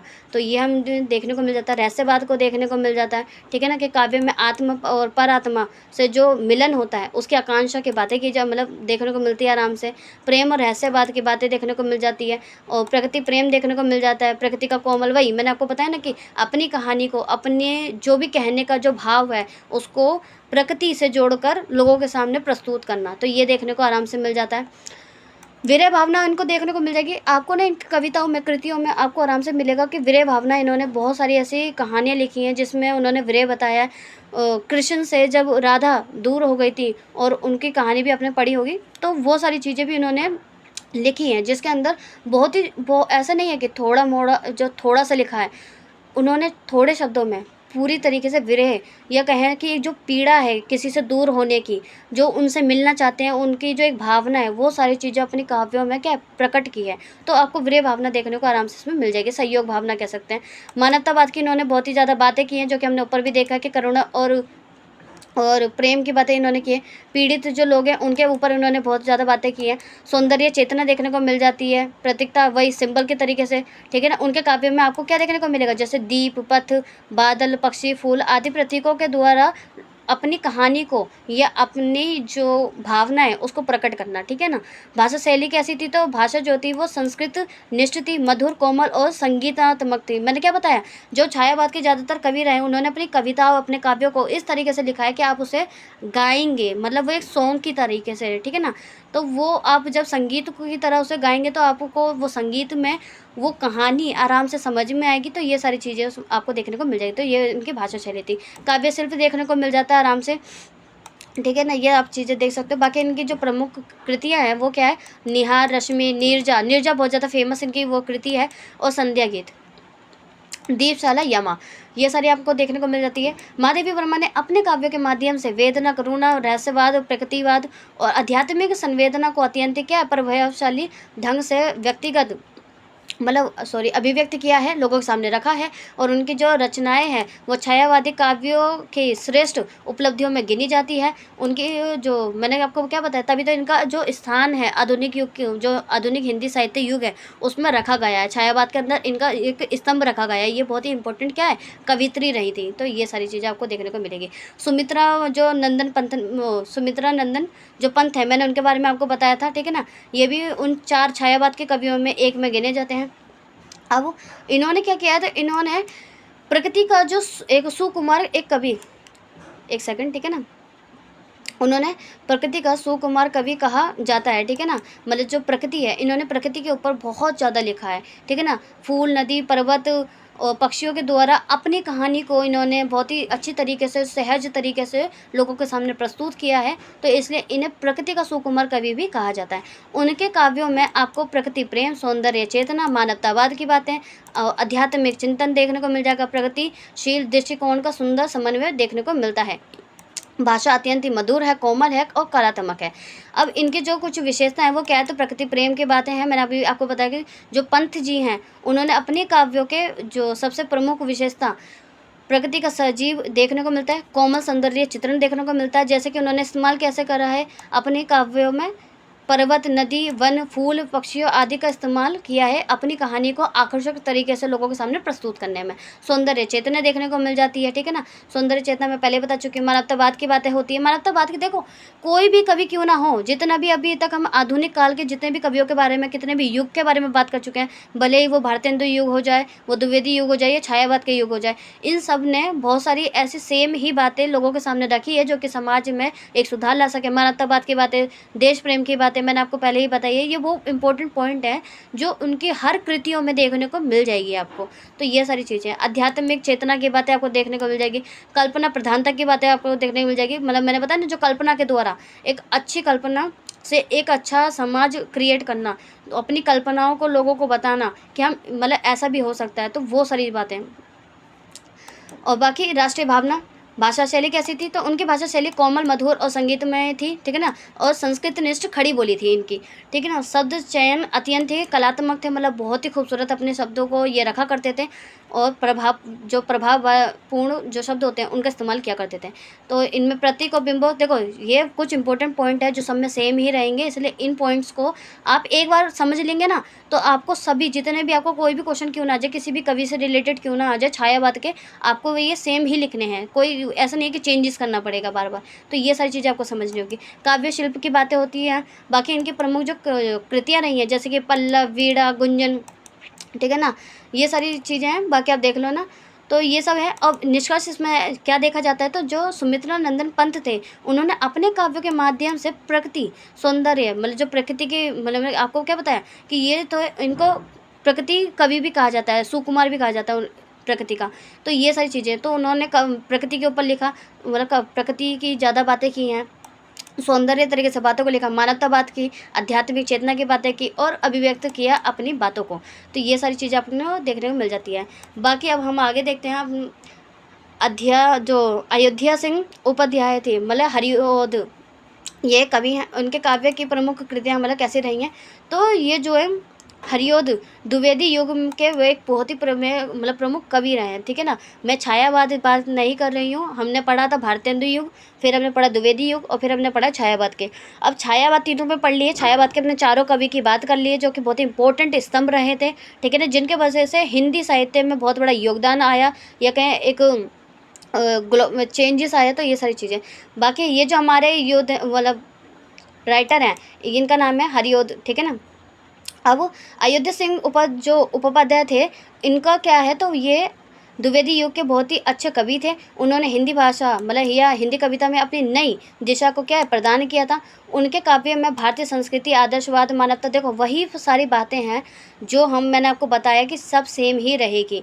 तो आप उनको आराम से लिख सकते हैं जो भले ही वो भारत की संस्कृति की बात हो, आदर्शवाद की बात हो, मानवता की बात हो, प्रकृति चित्रण की बात हो, भाषा की बात हो, ठीक है ना। तो ये सारी चीज़ें आपको देखने को आराम से क्या है, इन सब की विशेषताओं को देखने को मिल जाएगा इनकी कृतियों में, इनके काव्यों में, ये सारी चीज़ें। तो इनकी जो प्रमुख या कहें बहुत ही ज़्यादा प्रसिद्ध कृति थी उसका नाम था प्रिय प्रयास, ठीक है ना। इन्होंने ये कविता लिखी थी और जो कि ये क्या थी, खड़ी बोली में लिखी गई है, मतलब हिंदी बोली, ठीक है ना, खड़ी हिंदी बोली जो थी।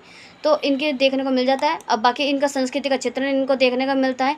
उनके काव्यों में भारतीय संस्कृति, भारत की जो संस्कृति कैसी थी, वो सभ्यता, नैतिकता, मूल्यों का चित्रण देखने को आपको मिल जाएगा। जनजीवन का चित्रण देखने को मिल जाएगा। आदर्शवाद की बातें किया करते थे, मानवतावाद की बातें करते थे, प्रकृति जो चित्रण है उनकी बातें होती थी, भावना प्रेम भावना की बातें होती थी, बाकी देश प्रेम की बातें होती थी। भाषा शैली कैसी थी, तो भाषा शैली जो थी वो संस्कृत निष्ठ थी, शब्दावली का सुंदर प्रयोग किया जाता था, ठीक है ना, और प्रभावशाली शब्दों का इस्तेमाल किया जाता था। ये सारी चीज़ें हैं। काव्य शिल्प की बातें होती थी। काव्य शिल्प में ये जो सारे नाम हैं, आप छंद अलंकार, ये सारी चीज़ें आप आराम से सभी कवियों के उसमें लिख सकते हैं क्योंकि ये सब सेम ही रहते हैं, ठीक है ना। बाकी जो प्रमुख कृतियाँ हैं वो मैं आपको बता चुकी हूँ कि प्रिय प्रयास जो थी वो बहुत ही ज़्यादा फेमस वो थी, और वैदेही वनवास और चुभते चौपते और रस कलश, ठीक है ना, ये सारे इनकी कृतियाँ रही हैं जो कि बहुत ही ज़्यादा फेमस रही हैं। बाकी इसका निष्कर्ष है, निष्कर्ष वही रहेगा जो मैंने मीनिंग में बताया है। निष्कर्ष वो भी होता है जो हमने पॉइंट लिखे हैं, ठीक है ना। आगे हम देखेंगे तो प्रिय प्रयास का देखो इन्हीं का क्वेश्चन फिर से रिपीट किया गया है, ठीक है ना। जो अयोध्या सिंह थे उनका ही क्वेश्चन फिर से आ गया। प्रिय प्रयास मैंने बताया ना, उनकी प्रमुख जो कृति थी, मैंने अभी यहाँ पे पढ़ा है कि जो प्रमुख कृति थी उनके ऊपर हमारा एक पूछा गया कि जो प्रिय प्रयास है उसकी प्रमुख हमें विशेषताएं बतानी है कि ये कैसा काव्य था, ठीक है। तो प्रिय प्रयास जो है वो हरिओं जी ने लिखी थी और इनके वो मतलब सर्वश्रेष्ठ कृति थी। अब ये खड़ी बोली, मतलब जो खड़ी हिंदी बोली होती है, ये प्रथम काव्य माना जाता है, मतलब महाकाव्य माना जाता है। मतलब प्रिय प्रयास जो काव्य मतलब किताब थी वो बहुत ही मतलब खड़ी बोली में लिखी गई थी, इसलिए जो द्विवेदी युग था उसमें इसे पहला प्रथम स्थान दिया गया है क्योंकि ये पहली वो किताब थी, महाकाव्य थी, जो हिंदी भाषा में पूरी तरीके से लिखी गई थी, ठीक है ना। इस बात को सिंपल तरीके से समझ लो। इस काव्य का जो आधार है वो कृष्ण, मतलब श्री कृष्ण से मथुरा चले जाने, मतलब जो कृष्ण जी थे, ठीक याद है ना कि कृष्ण जी मथुरा चले जाने के बाद जो ब्रजवासी हैं उनके विशेषकर राधा और यशोदा ने जो विरह का एक चित्रण किया गया है। तो इनकी कविताओं आपको अगर देखने को मिलेगा तो जो प्रिय प्रयास है उसमें आपको क्या उनसी कहानियाँ देखने को मिलती है।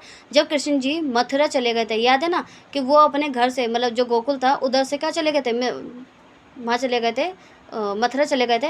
तो वो पीछे सबको छोड़ गए, ब्रजवासियों को छोड़ गए, ठीक है ना। ब्रज में रहते थे तो ब्रजवासियों को सबको छोड़ के चले गए, राधा जी को छोड़ के चले गए, अपनी मम्मी मतलब उनकी माता जी जो थी यशोदा जी उनको भी छोड़ के चले गए। तो उनका जो विरह रहा है, उन्होंने जो दूरी सही है, जो अब वो दुख में है, उस दुख को अपनी किताब, अपने काव्य में इन्होंने लिखा था। तो ये सारी चीज़ें आपको देखने को इसमें मिल जाएगी। इसमें जो केवल विरह का वर्णन ही नहीं है, बल्कि ऐसे ही नहीं है कि सिर्फ दुख है, वो पीड़ा है। उन्होंने ये भी बताई है कि मानवता और लोक सेवा, प्रेम, आदर्श जीवन का क्या मतलब आदर्श जीवन कैसा होना चाहिए, ये सारी बातें उन्होंने जोड़ी है। प्रिय प्रयास की जो विशेषता है वो एक्चुअल में कैसी रही है, तो मानवतावादी विषय मतलब दृष्टिकोण रहा है। श्री कृष्ण को एक लोक सेवक, मतलब जो जन सेवक होता है ना, तो लोगों के प्रतिनिधि हैं, और आदर्श मानव के रूप में प्रस्तुत किया गया, लोगों के सामने प्रस्तुत किया गया। लोक मंगल और मानव से मतलब जन सेवा जो होती है उसकी भावना को क्या है, प्रमुखता दी गई है। आदर्श प्रेम की बातें की गई हैं। आदर्श प्रेम का मतलब है कि राधा और कृष्ण के प्रेम को पवित्र और निष्काम और आदर्श रूप से मतलब चित्रित किया गया है, लोगों के सामने रखा गया है। प्रेम में त्याग, समर्पण और मर्यादा की एक भावना को लोगों को बताया गया है कि राधा कृष्ण का प्रेम कैसा था, त्याग, समर्पण और मर्यादा, ये सारी जो चीज़ें थी, तो ये सारी चीज़ें पता चलती है। बाकी विरह वर्णन इसमें देखने को मिल जाता है। विरह का मतलब है कि अब वो दूर हो चुके हैं, जो राधा जी हैं, यशोदा मैया है, जो ब्रजवासी हैं, वो कैसे अपने कृष्ण से दूर हो चुके हैं, कैसे वो अब उसमें एक विरह हो चुका है, वो दुख में, दर्द में, पीड़ा में कि हम जिनसे इतना प्रेम थे, इतने अटैच थे, अब कृष्ण जी हमें छोड़ के चले गए। तो ये सारी चीज़ें आपको देखने को आराम से इस कृति के अंदर मिल जाएगी। प्रकृति चित्रण देखने को मिल जाएगा, ठीक है ना। इसमें जो बातें की गई है, सिंपल इस्तेमाल किया गया है, तो वो पर्वत, झील, नदियाँ, ये सारी चीज़ों का इस्तेमाल किया गया है। भारतीय संस्कृति आराम से इसमें देखने को मिल जाएगी, क्योंकि ये जो कहानी है वो कौन-सी है, वो भारतीय संस्कृति, नैतिक आदर्शों, ये सारी चीज़ों से जुड़ी हुई है, समाज के जो मूल्य हैं उनसे जुड़ी हुई है, तो ये सारी चीज़ें आपको देखने को मिलेगी। भाषा शैली इसमें कैसी थी, तो भाषा जो थी वो परिष्कृत थी। मैंने बताया ना कि हिंदी भाषा, ये पहली वो प्रमुख कृति थी द्विवेदी युग की, जो कि पूरी तरीके से खड़ी हिंदी भाषा में लिखी गई थी और इसी को पहला स्थान भी मिला है। तो ये सारी चीज़ें आपको याद रखनी होगी। बाकी ये वो पॉइंट है कि जो सरल शैली थी, प्रभावशाली और प्रभावपूर्ति, ये आप हर पॉइंट में, या कह लो हर कवि की उसमें लिख सकते हो विशेषता के अंदर में, ठीक है ना। रस एवं अलंकारों का इसमें बहुत ज़्यादा इस्तेमाल किया गया है। अब इसमें मुख्य रूप से जो अलंकार का इस्तेमाल किया गया है या रस का इस्तेमाल किया गया है, वो जो है विरह का है, ठीक है ना। श्रृंगार इस्तेमाल, मतलब श्रृंगार रस होता है उसका, करुण रस, ठीक है ना, करुणा रस का इस्तेमाल किया गया है। उपमा, रूपक, अनुस्प्रिया, अनुप्रियास अलंकारों का इस्तेमाल किया गया है। तो ये सारी चीज़ें आपको देखने को इनकी कृति के अंदर मिल जाएगी। महाकाव्य का जो स्वरूप है वो एक्चुअल में कैसा है, तो इसमें जो तत्व देखने को मिलते हैं वो कथा के द्वारा, चरित्र चित्रण, प्रकृति वर्णन, जो प्रकृति का वर्णन है, उद्देश्य, मतलब ये सारी चीज़ें इसमें समावेश आपको देखने को मिल जाएगा। इसमें सिर्फ इतना ही नहीं है कि दुख और पीड़ा की बात की गई है, इसके अंदर बहुत सारी बातें की गई हैं। ये जो प्रिय प्रयास थी, ये बहुत ज़्यादा इंपॉर्टेंट एक कृति रही है, ठीक है ना। और इस कृति को हम सब ने पढ़ा भी है, लेकिन बस हम थोड़ा सा भूल गए हैं, ठीक है ना। स्कूल टाइम पे इसका था, चैप्टर था, तो उसमें अगर आपने पढ़ा होगा, जो बच्चों को याद होगा, तो वो सारी बातें इसमें देखने को मिल जाएगी कि कैसे कहानियों के द्वारा उन्होंने ये बताया कि वियोग तो है, दुख तो है, लेकिन समाज में चल रही बहुत सारी बातें हैं। कृष्ण जी के जीवन के बारे में बताया गया है कि कैसे वो एक अच्छे नेता, एक अच्छे मतलब राजा रहे थे। तो वो सारी बातें हैं, तो वो सारी चीज़ों को इन्होंने अपनी कहानी में, अपने काव्य में क्या प्रस्तुत किया लोगों के सामने। बाकी भारतेंदु युगीन हिंदी काव्य के जो पृष्ठभूमि इसमें बतानी है, मैंने बताया था सबसे पहले जो युग आया था आधुनिक काल के अंदर, तो वो कौन सा था, भारतेंदु युग आया था, ठीक है ना। तो उसके ऊपर हमारे ये है, रिपीटेड हुआ है, ठीक है। मैं फिर भी थोड़ा सा बता देती हूँ कि भारतेंदु युग आधुनिक हिंदी साहित्य का जो आरंभिक युग है, ठीक है ना, जो शुरू का युग था, सबसे पहला युग था। इस युग की जो पृष्ठभूमि है वो तत्कालीन राजनीतिक, सामाजिक, धार्मिक और आर्थिक, साहित्यिक परिस्थितियों से निर्मित थी, और इन्हीं परिस्थितियों के कारण हिंदी कविता में एक नई चेतना और नए विषयों का विकास भी हुआ था। सिंपल सी बात है, हमने रीतिकालीन से आधुनिक कालीन, मतलब मैंने बताया ना कि हम रीतिकाल से हम आधुनिक काल के तरफ जा रहे हैं। उस टाइम पे क्या समाज में परिस्थितियाँ हो रही थी, या हिंदी काव्यों में क्या चेंजेस आ रहा था, कैसे उसमें बदलाव आया, तो ये सारी चीज़ें देखने को मिलती हैं। तो बदलाव बहुत इंपॉर्टेंट थे, जैसे कि क्या पृष्ठभूमि के द्वारा इसमें बदलाव आया, कि कैसे पहले राजा की बातें होती थी और कैसे मतलब भक्ति की बातें होती थी, लेकिन अब कैसे चेंज आ गया है। तो अब क्या बातें की जाती है, तो वो बातें होती थी राजनीतिक, सामाजिक, धार्मिक हो गई, आर्थिक हो गई। तो ये सारी हमारी बातें देखने को मिल जाती है। राजनीतिक मतलब है कि मैंने आपको क्या बताया, भारत हिंदू युग वो था जिस टाइम पे हम गुलाम थे, याद है ना। मैंने बताया था 1968 से लेकर 1900 मतलब 1867 से लेकर 1900 ईस्वी तक का ये युग रहा है, जिसमें हमने 1857 का अभी स्वतंत्रता संग्राम का लड़ाई लड़ी थी। तो वो सारी चीज़ें हैं। तो उसमें हिंदी काव्यों में क्या चेंजेस आया था, तो वो राजनीतिक प्रभाव भी देखने को मिलता है, क्योंकि भारत में अंग्रेजों के शासन के जो है हम अधीन थे उस टाइम पर। अंग्रेजों का हम पे क्या था, शासन था, और हमारा अंग्रेज क्या करते थे, शोषण करते थे। असंतोष फैला हुआ था जनता के अंदर में। राष्ट्रीय चेतना की बातें होती थी, स्वतंत्रता की भावना का विकास इधर से ही शुरू हुआ धीरे धीरे। उन्होंने ये मतलब साहित्य में धीरे धीरे चेंजेस होने लगे। अब प्रेम की बातें नहीं होती, मनोरंजन की बातें नहीं होती, अब देश प्रेम की बातें होती है, और कैसे हमें अंग्रेजों को अपने देश से निकालना है, इन सब की बातें होती है, एकजुटता की बातें होती है। तो ये सारी बातें आपको देखने को मिल जाएगी। समाज की बातें इसमें देखने को मिल जाएगी। समाज में चली कुरीतियाँ, जैसे कि बाल विवाह, दहेज, छुआछूत हो गया, मतलब जाति भेद हो गया, अंधविश्वास हो गया, ये कुरीतियों को कैसे खत्म किया जा सकता है, इसकी बातें की जाती थी, ठीक है ना। जागरूकता फैलाई जाती थी अपनी कृतियों के द्वारा। धार्मिक पृष्ठभूमि देखने को मिल जाती है। धर्म के नाम पर अनेक रूढ़ी, मतलब मैंने आपको बताया ना, बहुत सारे ऐसा अंधविश्वास फैले हुए थे समाज के अंदर उस टाइम पे। उन सबको ख़त्म करने की बातें की जाती थी और लोगों को जागरूक करने की बातें होती थी उस टाइम पे, ठीक है। ये सारी बातें आप देख सकते हो, पढ़ सकते हो आराम से, कोई दिक्कत नहीं है। आधुनिक आर्थिक पृष्ठभूमि देखने को मिल जाती है। अंग्रेजों की जो आर्थिक नीतियों के कारण भारत की जो आर्थिक स्थिति थी वो कैसी थी, बहुत ज़्यादा कमज़ोर थी। किसानों और सामान्य जो जनता ने एक मतलब बहुत ज़्यादा कठिनाइयाँ उनको सामने आई हैं, उन्हें झेलनी पड़ी। ऐसी ऐसी परिस्थितियाँ थी। आपको याद होगा कि जो अंग्रेज़ थे उन्होंने किसानों के ऊपर इतना टैक्स लगा रखा था कि व्यापार करना मतलब वो अपने लिए, अपने खाने के लिए तक उनके पास खाना नहीं होता था। मतलब जो खाना वो उगा रहे हैं उनके ऊपर उनका ही कोई अधिकार ही नहीं है। इतना उनके ऊपर टैक्स लगाया गया था अंग्रेज़ों के द्वारा। और जब मन करता था आके मारते थे, पीटते थे।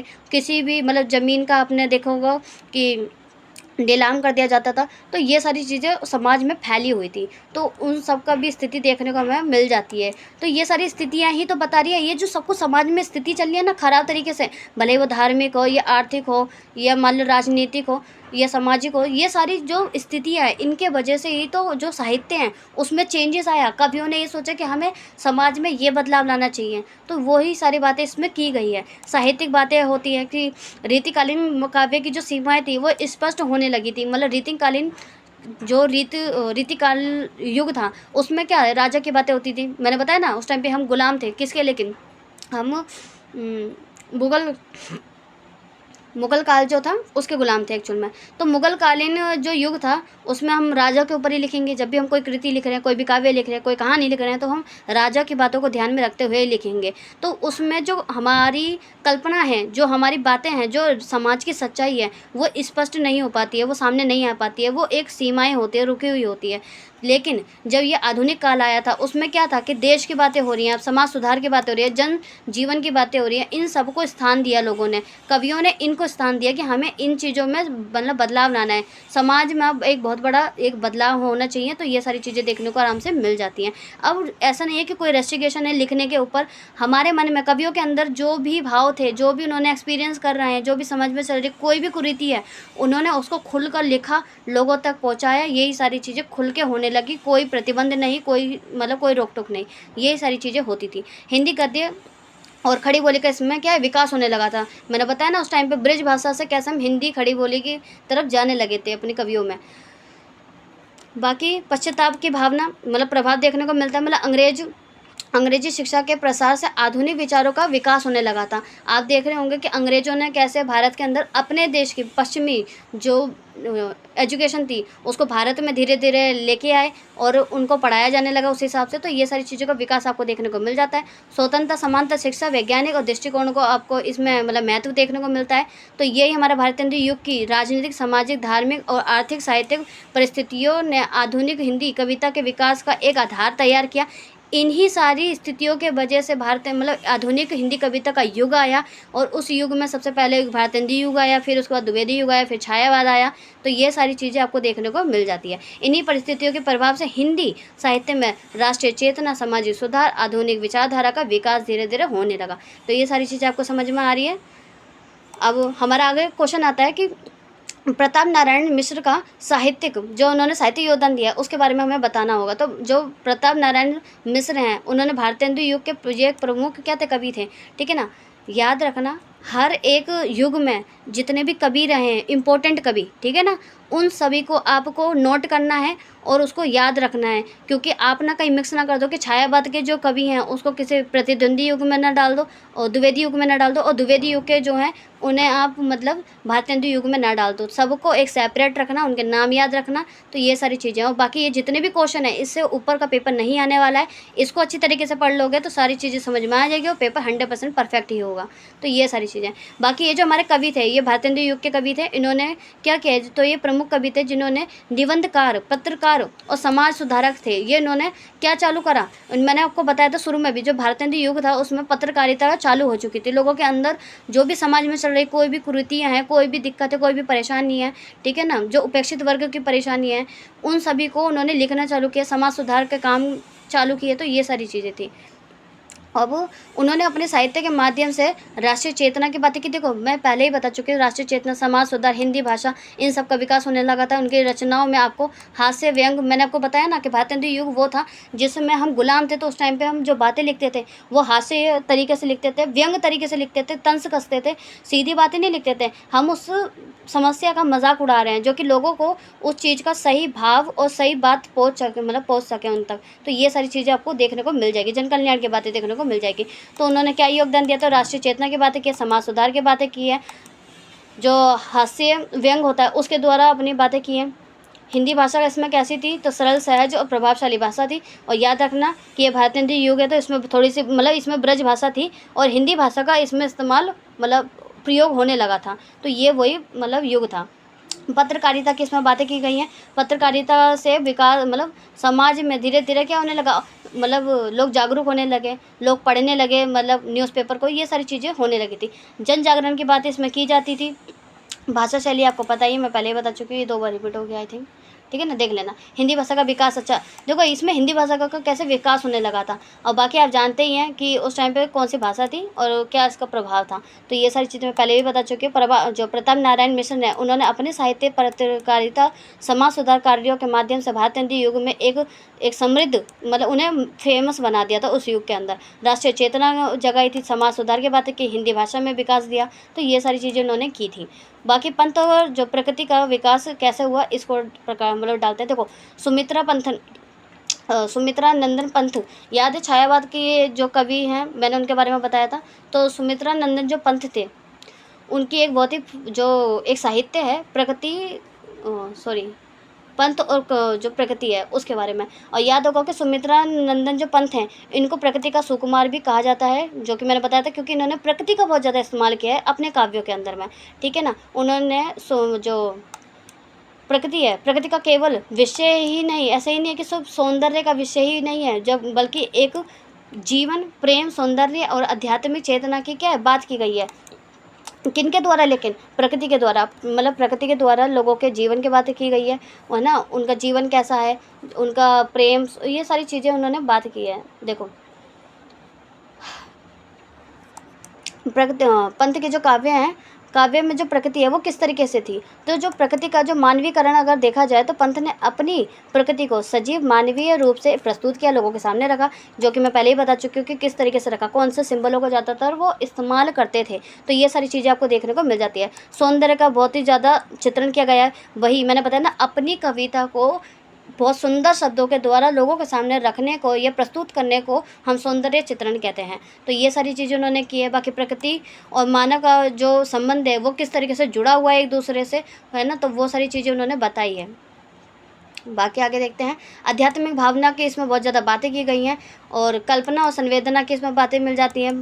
प्रकृति जो सिंबल हैं, ठीक है ना, और जो आइकन है उनके द्वारा, जो फूल, पत्ती, किरण, पवन, बादल, इनके सिंबलों के द्वारा अपनी कहानी को रखना, अपनी बातों को रखना। तो ये सारी चीज़ें प्रतीक आपको देखने को मिल जाते हैं। भाषा शैली कैसी थी, तो भाषा मधुर थी, क्योंकि ये छायावाद है। छायावाद का जो युग था वो हिंदी खड़ी बोली का पूरी तरीके से युग था। तो उसमें आप आराम से समझ सकते हो कि सहज सरल भाषा का इस्तेमाल होता था, प्रभावशाली बातों का मतलब शब्दों का इस्तेमाल किया जाता था। तो ये सारी चीज़ें आपको देखने को मिलती है।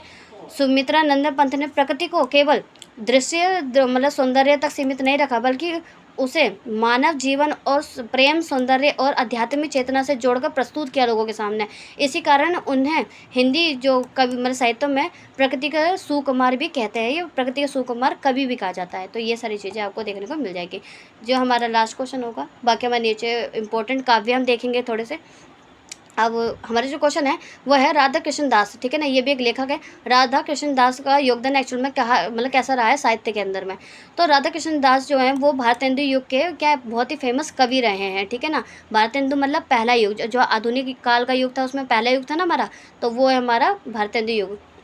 अब ये जो थे भारतेंदु हरिश्चंद्र के एक सहयोगी मतलब दोस्त एवं समकालीन थे, मतलब उनके बारह मतलब उनके टाइम पीरियड के थे, ठीक है ना। समकालीन का मतलब होता है किसी भी घटना के समान होना, ठीक है ना। जिस टाइम पे हरिश्चंद्र जी थे कवि, उसी टाइम पे राधा कृष्ण दास भी थे, तो ठीक है ना। तो ये दोनों एक ही समय पे थे, इसको ही हम क्या कहते हैं, समकालीन कहते हैं। अब उन्होंने हिंदी भाषा साहित्य के विकास में अपना महत्वपूर्ण क्या है योगदान दिया। उन्होंने अपनी रचनाओं में देश प्रेम, सिंपल सी बात है, भारतेंदु युग को कौन सा था मैं आपको पहले भी बता चुकी हूँ, जो 1867 से लेकर 1900 ईस्वी तक चला था। तो यही हमारा भारतेंदु युग था। तो उस टाइम पे देश में जो प्रॉब्लम है उसी को तो वो उजागर करेंगे। तो राष्ट्रवाद की बातें होती थी, समाज की बातें होती थी, समाज की मतलब भारतीय संस्कृति की बातें होती थी। तो ये सारी चीज़ें इनकी कृतियों, इनके साहित्यों में देखने को आराम से मिल जाती है आपको। अब इन्होंने क्या योगदान दिया है, तो राष्ट्रीय चेतना की बात की है। बाकी मैं देखो पढ़ूंगी नहीं, क्योंकि ये सारी बातें हम पहले भी ऊपर पढ़ चुके हैं। राष्ट्रीय चेतना की बात की है, समाज सुधार की बात की है, हिंदी भाषा का इसमें विकास होने लगा था। मैंने आपको पहले भी बताया कि जो हिंदी भाषा है वो धीरे धीरे आ रही थी, लोग अब हिंदी भाषा या कभी अपनी हिंदी भाषा का इस्तेमाल करने लगे थे प्रभावशाली तरीके से। तो ये सारी चीज़ें आपको देखने को मिल जाती है। भारतीय संस्कृति का इसमें चित्रण देखने को मिल जाता है, ठीक है ना। मतलब भारत की जो संस्कृति है उनकी बातें इनकी कवियों मतलब कृतियों में देखने को आपको मिल जाएगी आराम से। साहित्यिक जो योगदान है वो आपको आराम से देखने को मिल जाएगा, मतलब कविताओं और गद्यों दोनों क्षेत्रों में इन्होंने उल्लेख किया, मतलब उल्लेखनीय कार्य किए हैं। मतलब इन्होंने कविताएं भी मतलब काव्य भी लिखे हैं और इन्होंने गद्य भी लिखे हैं। तो ये दोनों क्षेत्रों में इनकी जो योगदान है वो देखने को आराम से मिल जाता है हम लोगों को। साहित्य को समाज और राष्ट्र की जो उन्नति का माध्यम भी इन्हें माना जाता है, ठीक है ना। इन्होंने समाज में ऐसे साहित्य दिए हैं जिससे बहुत ज़्यादा सुधार आए हैं, ठीक है। इन्होंने कुरीतियों की बातें की, इन्होंने देश की बातें की है। तो ये सारी चीज़ें। बाकी इनकी जो भाषा थी, भाषा शैली आप देख ही सकते हो, जो सरल भाषा थी, स्पष्ट और प्रभावशाली थी। जन कल्याण की इन्होंने बातें की हैं। राधा कृष्ण दास ने भारतीय हिंदी युग में हिंदी भाषा, साहित्य और राष्ट्रीय चेतना, सामाजिक सुधार और मतलब इन क्षेत्रों में योगदान दिया है अपना, ठीक है ना। और ये आधुनिक हिंदी साहित्य के विकास में एक उल्लेखनीय भूमिका निभाते हैं, मतलब इनका नाम आता है। तो ये सारी चीज़ें आपको याद रखनी है। अब हमने कुछ इम्पोर्टेंट ना काव्यांश जोड़े हैं, ठीक है ना, जो कि देखो ज़रूरी नहीं है यही आएंगे, मैंने सिर्फ इसको इसलिए इसमें ऐड करा है जो कि मैं आपको ये बता सकूं कि काव्यांश को लिखा कैसे जाता है, ठीक है ना। संदर्भ उनको मतलब अच्छी तरीके से व्याख्या कैसे की जाती है। तो ये सारी चीज़ें हैं। तो यहाँ पे जैसे कि लिखा हुआ है, बीती बिवारी जाग रही, अंबर पनघट में डूबो रही, तारा घट उषा नारी, ठीक है ना। यहाँ पे एक काव्य दिया गया है, ठीक है ना। अब इस काव्य के ऊपर आपको पूरी तरीके से संदर्भ सहित व्याख्या लिखनी होगी। अब संदर्भ सहित व्याख्या क्या होती है, तो पहले संदर्भ लिखा जाता है, फिर उसका प्रसंग लिखा जाता है, दूसरा पॉइंट, फिर उसकी व्याख्या की जाती है और फिर काव्य सौंदर्य बताया जाता है। तो ये हमारा एक तरीके से स्ट्रक्चर है उसको लिखने का, ठीक है ना, काव्यांश को ठीक से बताने का। तो देखो संदर्भ में हमेशा जो पहली लाइन होती है, मतलब जो संदर्भ में लिखा जाता है वो लिखा जाता है कि ये जो हमारा काव्यांश है जो हमने अभी पढ़ा है, बिल्कुल, तो ये किनका है, ठीक है ना। ये काव्यांश जयशंकर प्रसाद द्वारा रचित उनकी जो कविता है बीती बिवारी जाग रही से लिया गया है, ठीक है ना। इस मतलब जो काव्य है इसको किससे लिया गया है, तो वो हमें बताना होगा कवि का नाम और प्लस उस कविता का नाम जिससे इसको लिया गया है पद काव्य को, ठीक है ना, पद को। बाकी प्रसंग इसमें देखने को मिलेगा। देखो प्रसंग वो होता है जो व्याख्या से थोड़ा सा छोटा होता है, जिसमें हम पहले इंपॉर्टेंट बात बताते हैं, ठीक है। तो इस कविता में कवि ने रात्रि मतलब रात के समाप्त होने और प्रभात मतलब सुबह के आगमन का अत्यंत क्या है एक सुंदर प्रतीकात्मक चित्रण किया है, लोगों को बताया है। ये कविता मतलब कवि प्रकृति के माध्यम से मानव को एक आलस्य छोड़कर जागने और कर्मशील बनने का एक संदेश दिया है। तो इस काव्य को अगर आप पढ़ोगे ध्यान से तो आपको ये पता चलेगा कि प्रसंग ये बताता है कि जो कवि है वो ये बताना चाहता है कि रात खत्म होने जा रही है और सुबह का आगमन हो रहा है, सुबह आ रही है। तो अब मानव को अपना आलस छोड़ के, क्योंकि अब रात खत्म होने जा रही है, सुबह हो गई है, तो आपको जागना होगा और कार्य करने होंगे। कर्मशील का मतलब यही होता है कि जो आपके जीवन का कार्य है उसे करना होगा। तो उसका संदेश कवि देना चाह रहा है, कौन, जयशंकर प्रसाद जी ये बात बताना चाहते हैं। अब ये तो हो गया प्रसंग जिसमें हम छोटी तरीके से बात को बताएंगे, पहले संदेश बताएंगे कि एक्चुअल में इस काव्य में कहा क्या गया है, ठीक है ना। और बाकी उसकी जो व्याख्या है उसको कैसे कहेंगे तो उसको हम पूरी तरीके से बताएंगे, एक्सप्लेन जितना आपको करना है आप आराम से उसे एक्सप्लेन कर सकते हैं, क्योंकि ये जो इंपॉर्टेंट है, ठीक है ना, ये ज़्यादा नंबर का आपका आएगा, 16-16 नंबर के आते हैं, तो ये हमको 3 या 4 लिखने होते हैं। तो ये सारी चीज़ें आपको कवर करना बेहद ज़रूरी होगा, ठीक है। अब कवि कहता है कि रात समाप्त तो हो चुकी है, इसलिए अब जागने का क्या है समय आ चुका है। मतलब आकाश रूपी पनघट में उषा रूपी नागरी तारों की रूपी मतलब घड़ों को डुबो रही है, अर्थात सुबह होने पर तारों का जो प्रकाश है वो धीरे धीरे क्या हो रहा है, समाप्त हो रहा है। जो तारों के प्रकाश है वो धीरे धीरे समाप्त हो रहा है, क्योंकि चारों तरफ सूरज की जो रोशनी है वो क्या है, फैलती जा रही है, अब सूरज निकलने वाला है। तो इन्हीं बात को इसमें कहा गया है। प्रत्येक अंग में नव जीवन मतलब नए जीवन और नवीन चेतना, मतलब जो जीवन की नई चेतना होती है ना, हम रोज़ सुबह जब उठते हैं तो हम एक नया दिन शुरू करते हैं, एक नई जिंदगी शुरू करते हैं। तो वही चीज़ की बात की जा रही है। कवि ने प्रभात के मतलब इस मनोरमन के मतलब दृश्य के माध्यम से मनुष्य को अपने आलस को छोड़कर क्या है उत्साह और जागरूक मतलब ऊर्जा के साथ एक नए जीवन जीने की या एक नए दिन को जीने की प्रेरणा इधर प्रकट की है। तो यही चीज़ इसमें देखने को मिलती है। बाकी इसमें जो काव्य सौंदर्य है वो क्या देखने को मिलता है, तो प्रकृति का सजीव और मानवीकरणीय रूप आपको देखने को मिल जाएगा इसके अंदर। मैंने बताया ना कि प्रतीक मतलब सिंबलों के द्वारा अपनी कहानी को बताना। अब इसमें कवि क्या बताना चाह रहा था, पहले इन्होंने वो क्या बताया कि रात हो रही है, उन्होंने अपनी बातों को कैसे नेचर के साथ जोड़कर अपनी कहानी को बताई है। इसमें इंसान के बारे में ही बात हो रही है, बट बात नेचर के द्वारा हो रही है कि कैसे रात हो गई है और दिन होने वाला है, तो इंसान को अपना आलस छोड़ के अपने काम पर जाना चाहिए और अपने मतलब अपने आप को आलस में नहीं डुबा कर रखना चाहिए। तो यही सारी बातें इसमें देखने को मिलती है। तो काव्य सौंदर्य प्रभात का अत्यंत खूबसूरत तरीके से इसमें क्या है, चित्र मतलब वर्णन किया गया है, सिंपल सी बात। अब इसमें प्रतीकों का इस्तेमाल किया गया है, सिंबल का इस्तेमाल किया गया है, सरल भाषा, मधुर एवं संस्कृत निष्ठ खड़ी बोली का इसमें क्या इस्तेमाल किया गया है। काव्य सौंदर्य के अंदर आपको सारी चीज़ें लिखनी होती है। आपको ये देखना होगा कि आपको इसके अंदर ये जो हमारा काव्य है इसके अंदर आपको क्या क्या देखने को मिल रहा है, ठीक है। तो ये सारी बातें आपको लिखनी होती है, मतलब छंद कैसा है, काफ़ी सारी बातें होती हैं। तो ये 10 सिर्फ 4 पॉइंट है, तो जितना आपको समझ में आए आप उतना लिखना, लेकिन लिखना बहुत ही सही तरीके से, कोई दिक्कत नहीं है। बाकी एक लाइन है जो आपको लिखनी होगी हर जगह, जो कि देखो चल जाएगी। सरल भाषा का इस्तेमाल होगा, मधुर भाषा होगी और संस्कृत निष्ठ बोली होगी, ठीक है ना। अब इसमें आपको ये देखना होगा कि काव्य किस तरीके से है। आप उसको पढ़ेंगे तो आपको खड़ी बोली भी पता चल जाएगी और संस्कृत की भाषा इस्तेमाल की गई है तो वो भी आपको पता चल जाएगी आराम से। अगर हम दूसरा काव्य देखते हैं तो उसके अंदर क्या इस्तेमाल किया गया, तो अन्य होंगे चरण हारे, और है और है जो लौटते दे सुल को संकल्प सारे, दुखवर्ती निर्माण उद्गम उन्मद, ये अमरता नापते पद, वाद देंगे संस्कृति से तिमिर मैं स्वर्ण बेला। देखो मुझे थोड़ा सा इसमें पढ़ना नहीं आएगा क्योंकि काव्यांश है ना, तो थोड़े से शब्द ऐसे ही होते हैं। मैंने आपको बताया ना, शब्दों को ऐसे लिखा जाता है कि एक्सप्लेनेशन कुछ और ही होती है। तो ये सारी चीज़ें यही तो, तभी तो ये काव्यांश कहलाते हैं। तो ये सारी चीज़ें। बाकी हमारा जो आपने अभी काव्य पढ़ा है ये किनका है, सबसे पहले हम क्या लिखेंगे, संदर्भ लिखेंगे। संदर्भ में सबसे पहले हम ये बताएंगे कि ये जो काव्यांश है वो महादेवी वर्मा की कविता से लिया गया है, ठीक है ना। महादेवी जो है वो राइटर हैं, उनकी एक कविता से इसको लिया गया है। बाकी इसका जो प्रसंग है, प्रसंग का मतलब है कि इसमें क्या संदेश देना चाह रही है जो लेखिका है, वो मतलब क्या बताना चाहते हैं।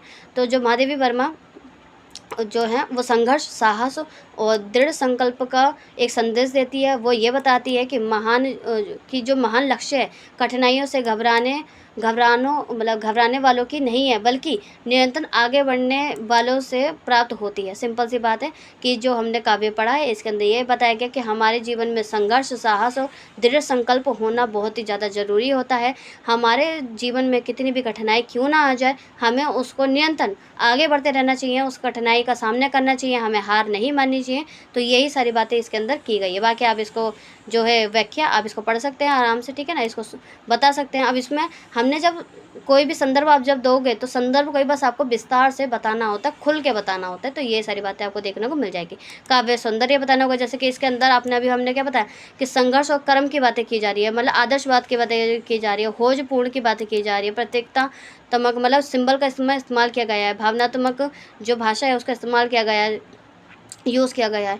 बाकी हमारे ये तीसरा आ जाता है, इसके अंदर भी आपको क्या करना है, सिंपल सा इसका संदर्भ देखना है कि ये जो लिखा गया है ये किस कवि की है और कौन सी कविता से इसे लिया गया है, इसका प्रसंग, इसका जो आदेश है या संदेश है वो क्या है, क्या बताना चाह रहा है इंसान को, वो क्या बताना चाहते हैं। बाकी इसकी व्याख्या और बाकी काव्य सौंदर्य यही आपको बस पढ़ना है और बाकी मैंने आपको ये दे दिए हैं, ठीक है। अच्छी तरीके से ऑनेस्टी से इसको पूरा पढ़ लेना, क्योंकि ये ज़रूरी नहीं है कि ये इतने ही आएंगे, ये मैंने सिर्फ एग्जाम्पल दिए हैं।